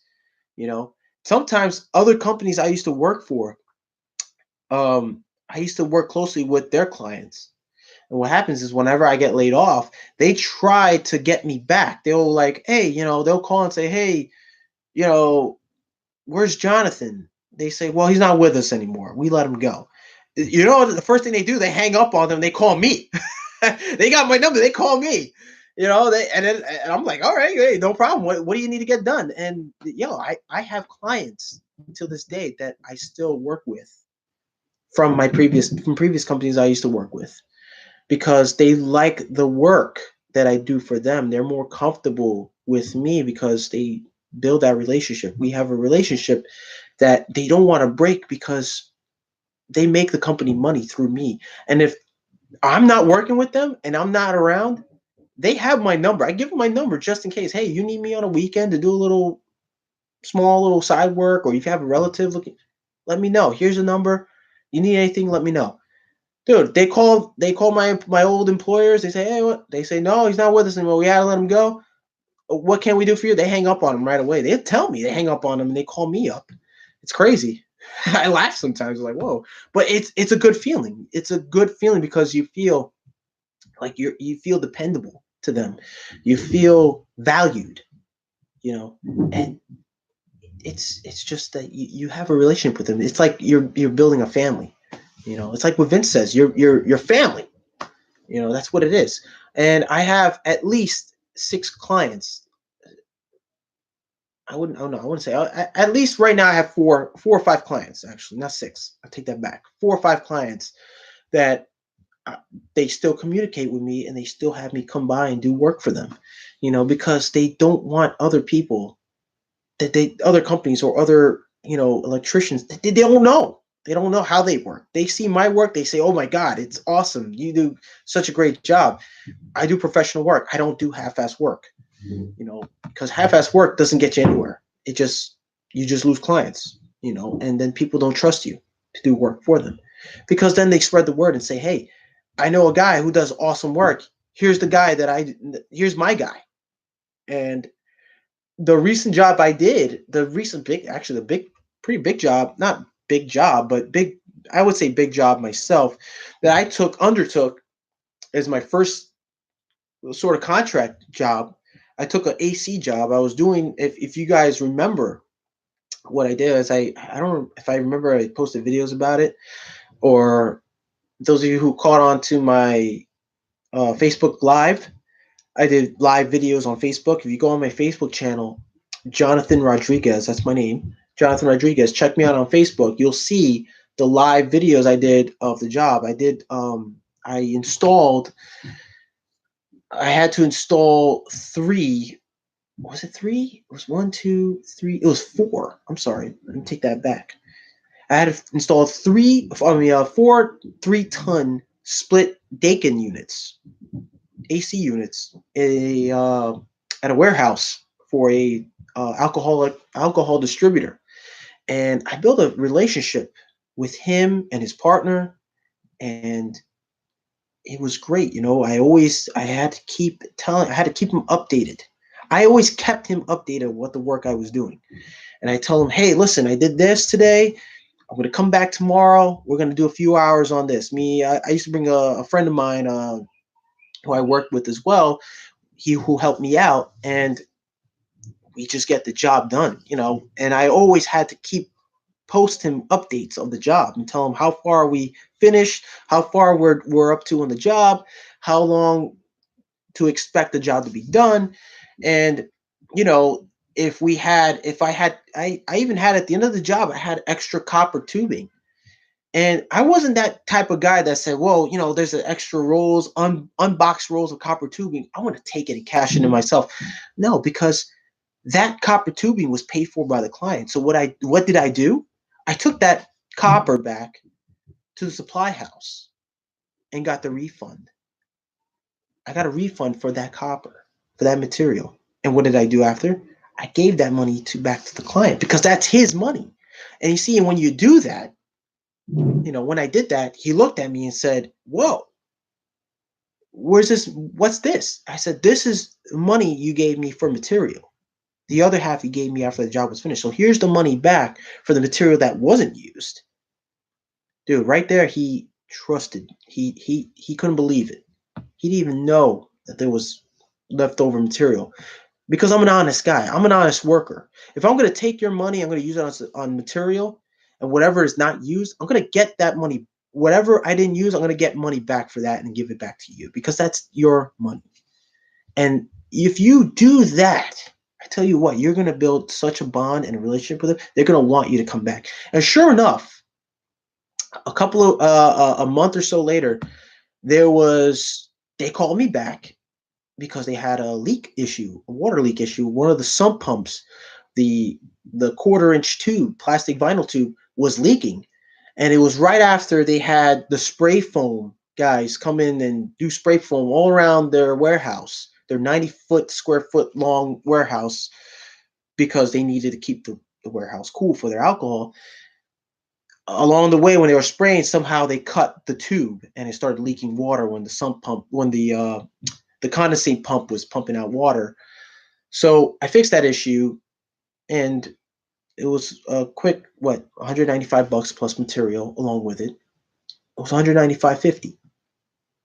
They gladly paid me in a check and done. I said, hey, listen, you need me for anything else, any other issues you have, let me know.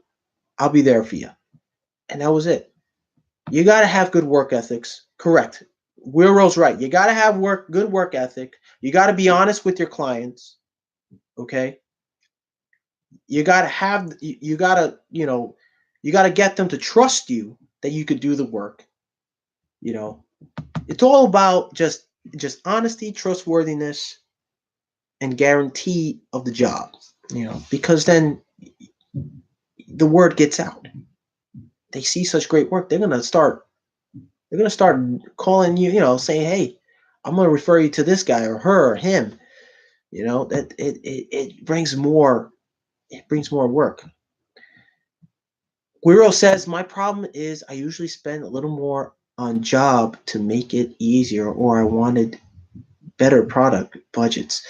That's that's true. There are times I come across budget issues where, the thing is, when I did this job, the AC job, I estimated a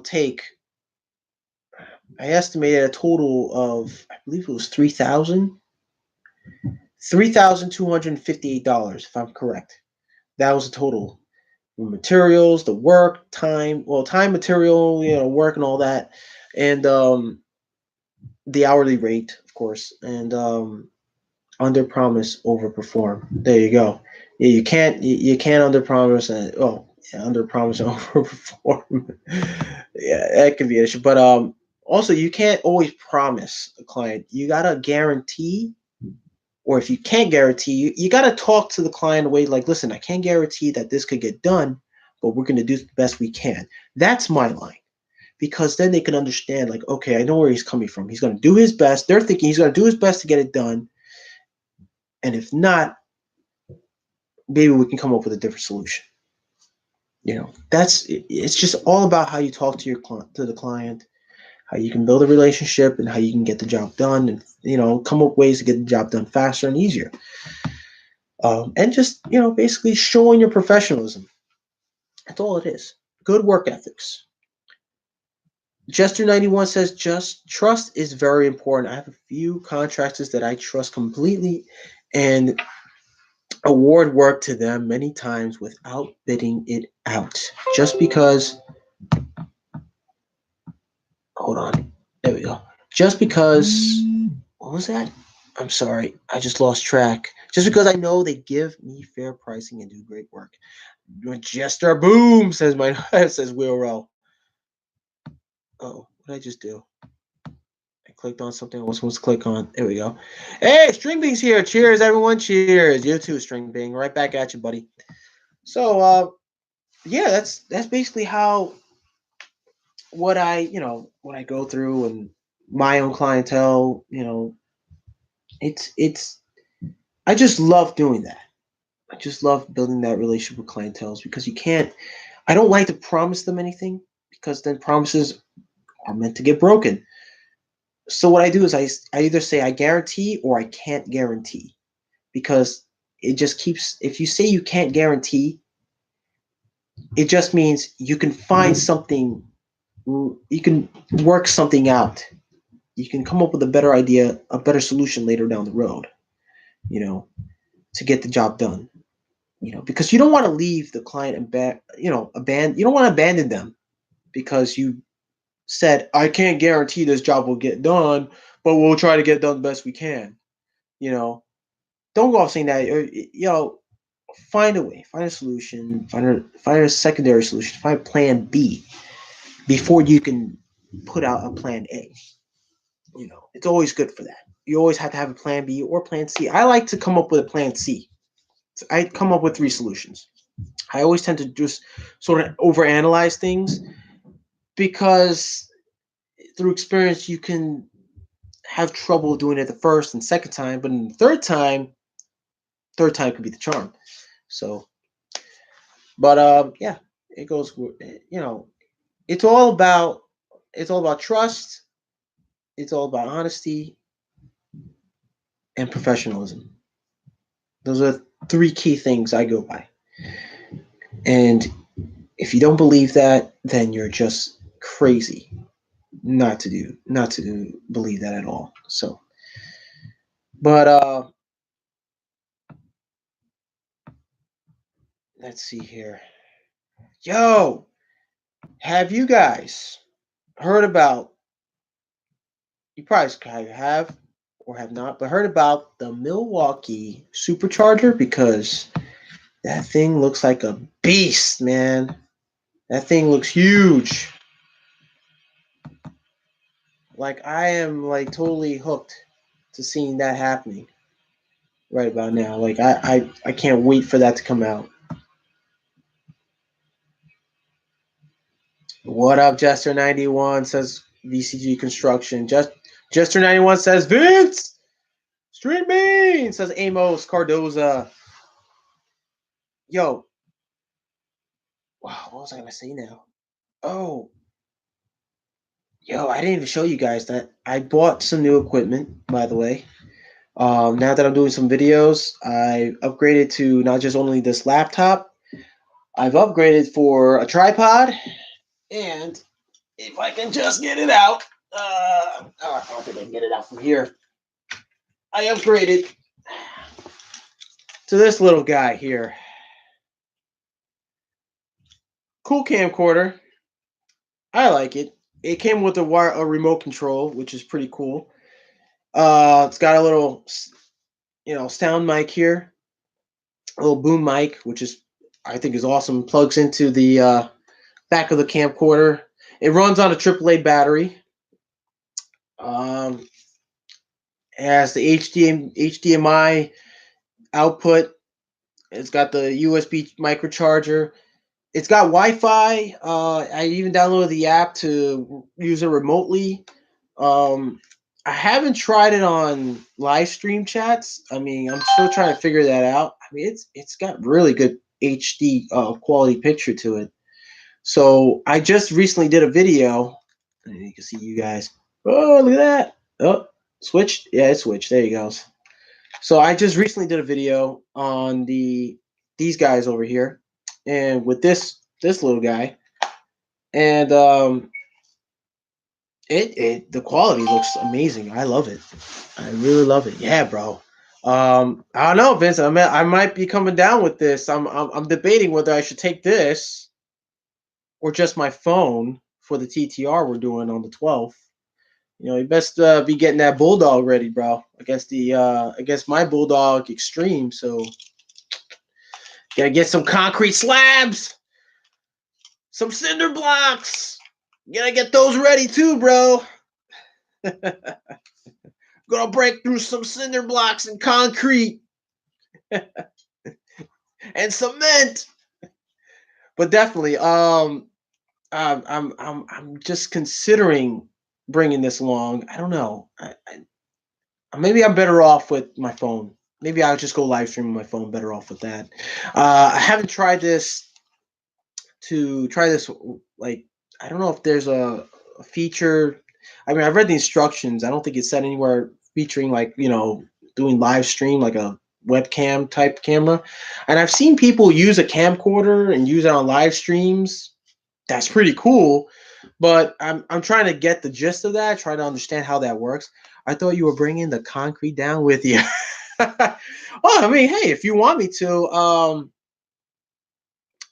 maybe I'll work something out. Maybe I can just, maybe I'll try to squeeze that in my budget and see how that goes. But yeah, let me just turn this off. There we go. Yeah, better support some concrete, bro. But yeah, I'll see if I work something out with that. Or better yet, I mean, it's all to you, bro. If you want to do that or not, that's fine. If you don't want to do it, we can do something else. Whatever it is. I was thinking maybe if not, we could do sawzalls. Let's do some sawzalls. Let's do some. I don't know. I don't think you got the fuel yet, do you? Do you got the fuel? I don't think I recall you doing a video of a fuel. Maybe the saw, the super saw. Maybe I think you have. I don't know. Or the cordless sawzalls. Do I have mine? I do have mine, but I don't want to take it out all the way down the hall with my pack out. I got one of my pack outs next to me here.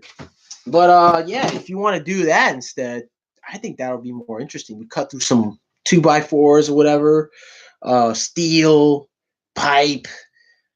I think that sounds a lot better than just drilling through concrete, wouldn't you say? I mean, I can bring down the what do you think? I don't know. Can you get a hold of a M18 cordless sawzall? The fuel against my M12 fuel cordless sawzall? Or maybe we'll pit the brushed M18 sawzall with my M12 fuel sawzall. See how that works. See who cuts faster. Who knows? Super sawzall, says Stephen Lee. Smoking DeWalt says cordless circular saws. He wants to see cordless circular saws. I don't own a circular saw, my friend. I don't own a cordless one. So that's a little bit of more like a carpenter. I'm not a carpenter. I do a little bit, but I'm not. I wouldn't say I'm a carpenter though. Self level. Yo, Will World's funny, man. Self levels. Okay, but yeah. Yo, this thing is awesome. Let me tell you why. Because this thing's got touchscreen compatibility. I could use this. I could use the touchscreen. I don't know if you guys can see, but I could just hit the touchscreen monitor. See, I think that's cool. That is awesome. But it's real. I love it. It's a good quality camera. I was recommended by a friend of mine to buy this camcorder on Amazon because it's preferably used for YouTube videos as well. What brand is that camcorder? It's DVC. It stands for Digital Video Camera. That's the brand. It's made in China, but it's a good freaking camcorder, bro. It's awesome. On Discord. On Discord. I don't know what you mean on Discord, buddy. I haven't been on the Discord in a while. I usually don't have time to go on Discord. I'm so sorry, guys. I know sometimes I get an invite from Jonathan M or Brandon. And you'll see me like once in a blue moon on it, but I just don't have the time. It's I got the channel. I got this channel. I'm trying to maintain the channel and preparing for the work week, or I'm talking to some clients who do side work. I got some future side work hopefully coming up, but I'm waiting on a call for that. Just see what's going on. But yeah, that's happening too. So, but there, yo, thanks a lot, guys. I just want to say thank you to all you guys for coming down. I mean, thank you for being so patient with me. I know it took a while for me to set up, but I just got really annoyed and just set up anyways for YouTube and just, settled with that. But I'm glad you guys, came back. You joined in on the convo. I had a great time with everybody. I just want to give a special thanks to, Minorca Home Solutions, aka Wilro, for sticking by from the get. Um, William Logan, thanks for showing up on this live stream. VCG Construction, thanks a lot, guys. John, what's I say? Brandon, Renaissance Man, and EJM Demon, Smoking DeWalt, William Kraus. All you guys are just Autobahn Dan, Amos Cardoza. Amos with the Shamos. Yo, thanks a lot for coming in this chat on this Sunday Fun Day Q&A. I hope you guys had a great St. Patrick's Day. You ate a lot, you danced a lot, you drank a lot. Even though I don't drink or I don't smoke, I'm just that type of guy. All right, it's a great to be part of an awesome community. It is awesome to be part of this great community of all tradesmen. I feel really, really honored to be part of this community. I like to thank all of you guys for giving me the opportunity, giving me the chance to be part of it, to share my videos. Thanks for you guys giving me that chance, to be part of something greater than what's going on out there in the world. All right, the craziness, because we don't need that craziness. We got the community. But yeah, I made some good friends, especially Wilro, VCG Construction. I like to thank Vince. I know you probably haven't heard it from me, and I probably haven't said it enough, but thanks for having me come down for TTR last December. I had an awesome time. Papa John's coming back with me April 12th. He had a great time. He can't wait to come down to the den again with me. Even though he's not here, King of the Crease, I like to thank him. He's awesome. He's an awesome dude. He, Papa John's the man. He is. He's the man. He's my old man. He's great. He's a great guy. Love him to death. King of the Crease, he's awesome. He's a great dude. He comes by to the den, the VCG. He's a great supporter for the community and to the channels. Wheelrow, especially, he's another guy, man. He's awesome. Check out Wheelrow's channel. If you haven't, go check him out. Subscribe. Hit that bell notification for future videos. And as always, everybody, thank you so much for coming down. Through all the whole debacle with my Streamlabs OBS situation. Thanks for coming by. How you like me? I always be cool to see more job site tag along. It's interesting seeing differences between electrical work in different states. I will do as much as I can as possible for that. I also like to say thanks to the moderators, Autobahn Dan and Minorca Home Solutions. Thank you so much for moderating the channel. I like to thank also the Bear, for instance. He has a great channel, the Den of Tools. Check him out. Don't miss a beat. Don't miss a video. Him and the Cubs they're awesome. If you missed his live stream chat last night, I prefer that you check it out. It's great. It's funny. Him and the family, they're great people. I mean, they're just awesome. But anyways, guys, listen, it's getting late, so I know you guys are really tired. Either you're coming home from work or you're taking a day off. You're just relaxing with family. I don't want to keep too much of your time now. So, guys, thanks for coming. Thanks for hanging out with me, everybody in the chat, the whole gang.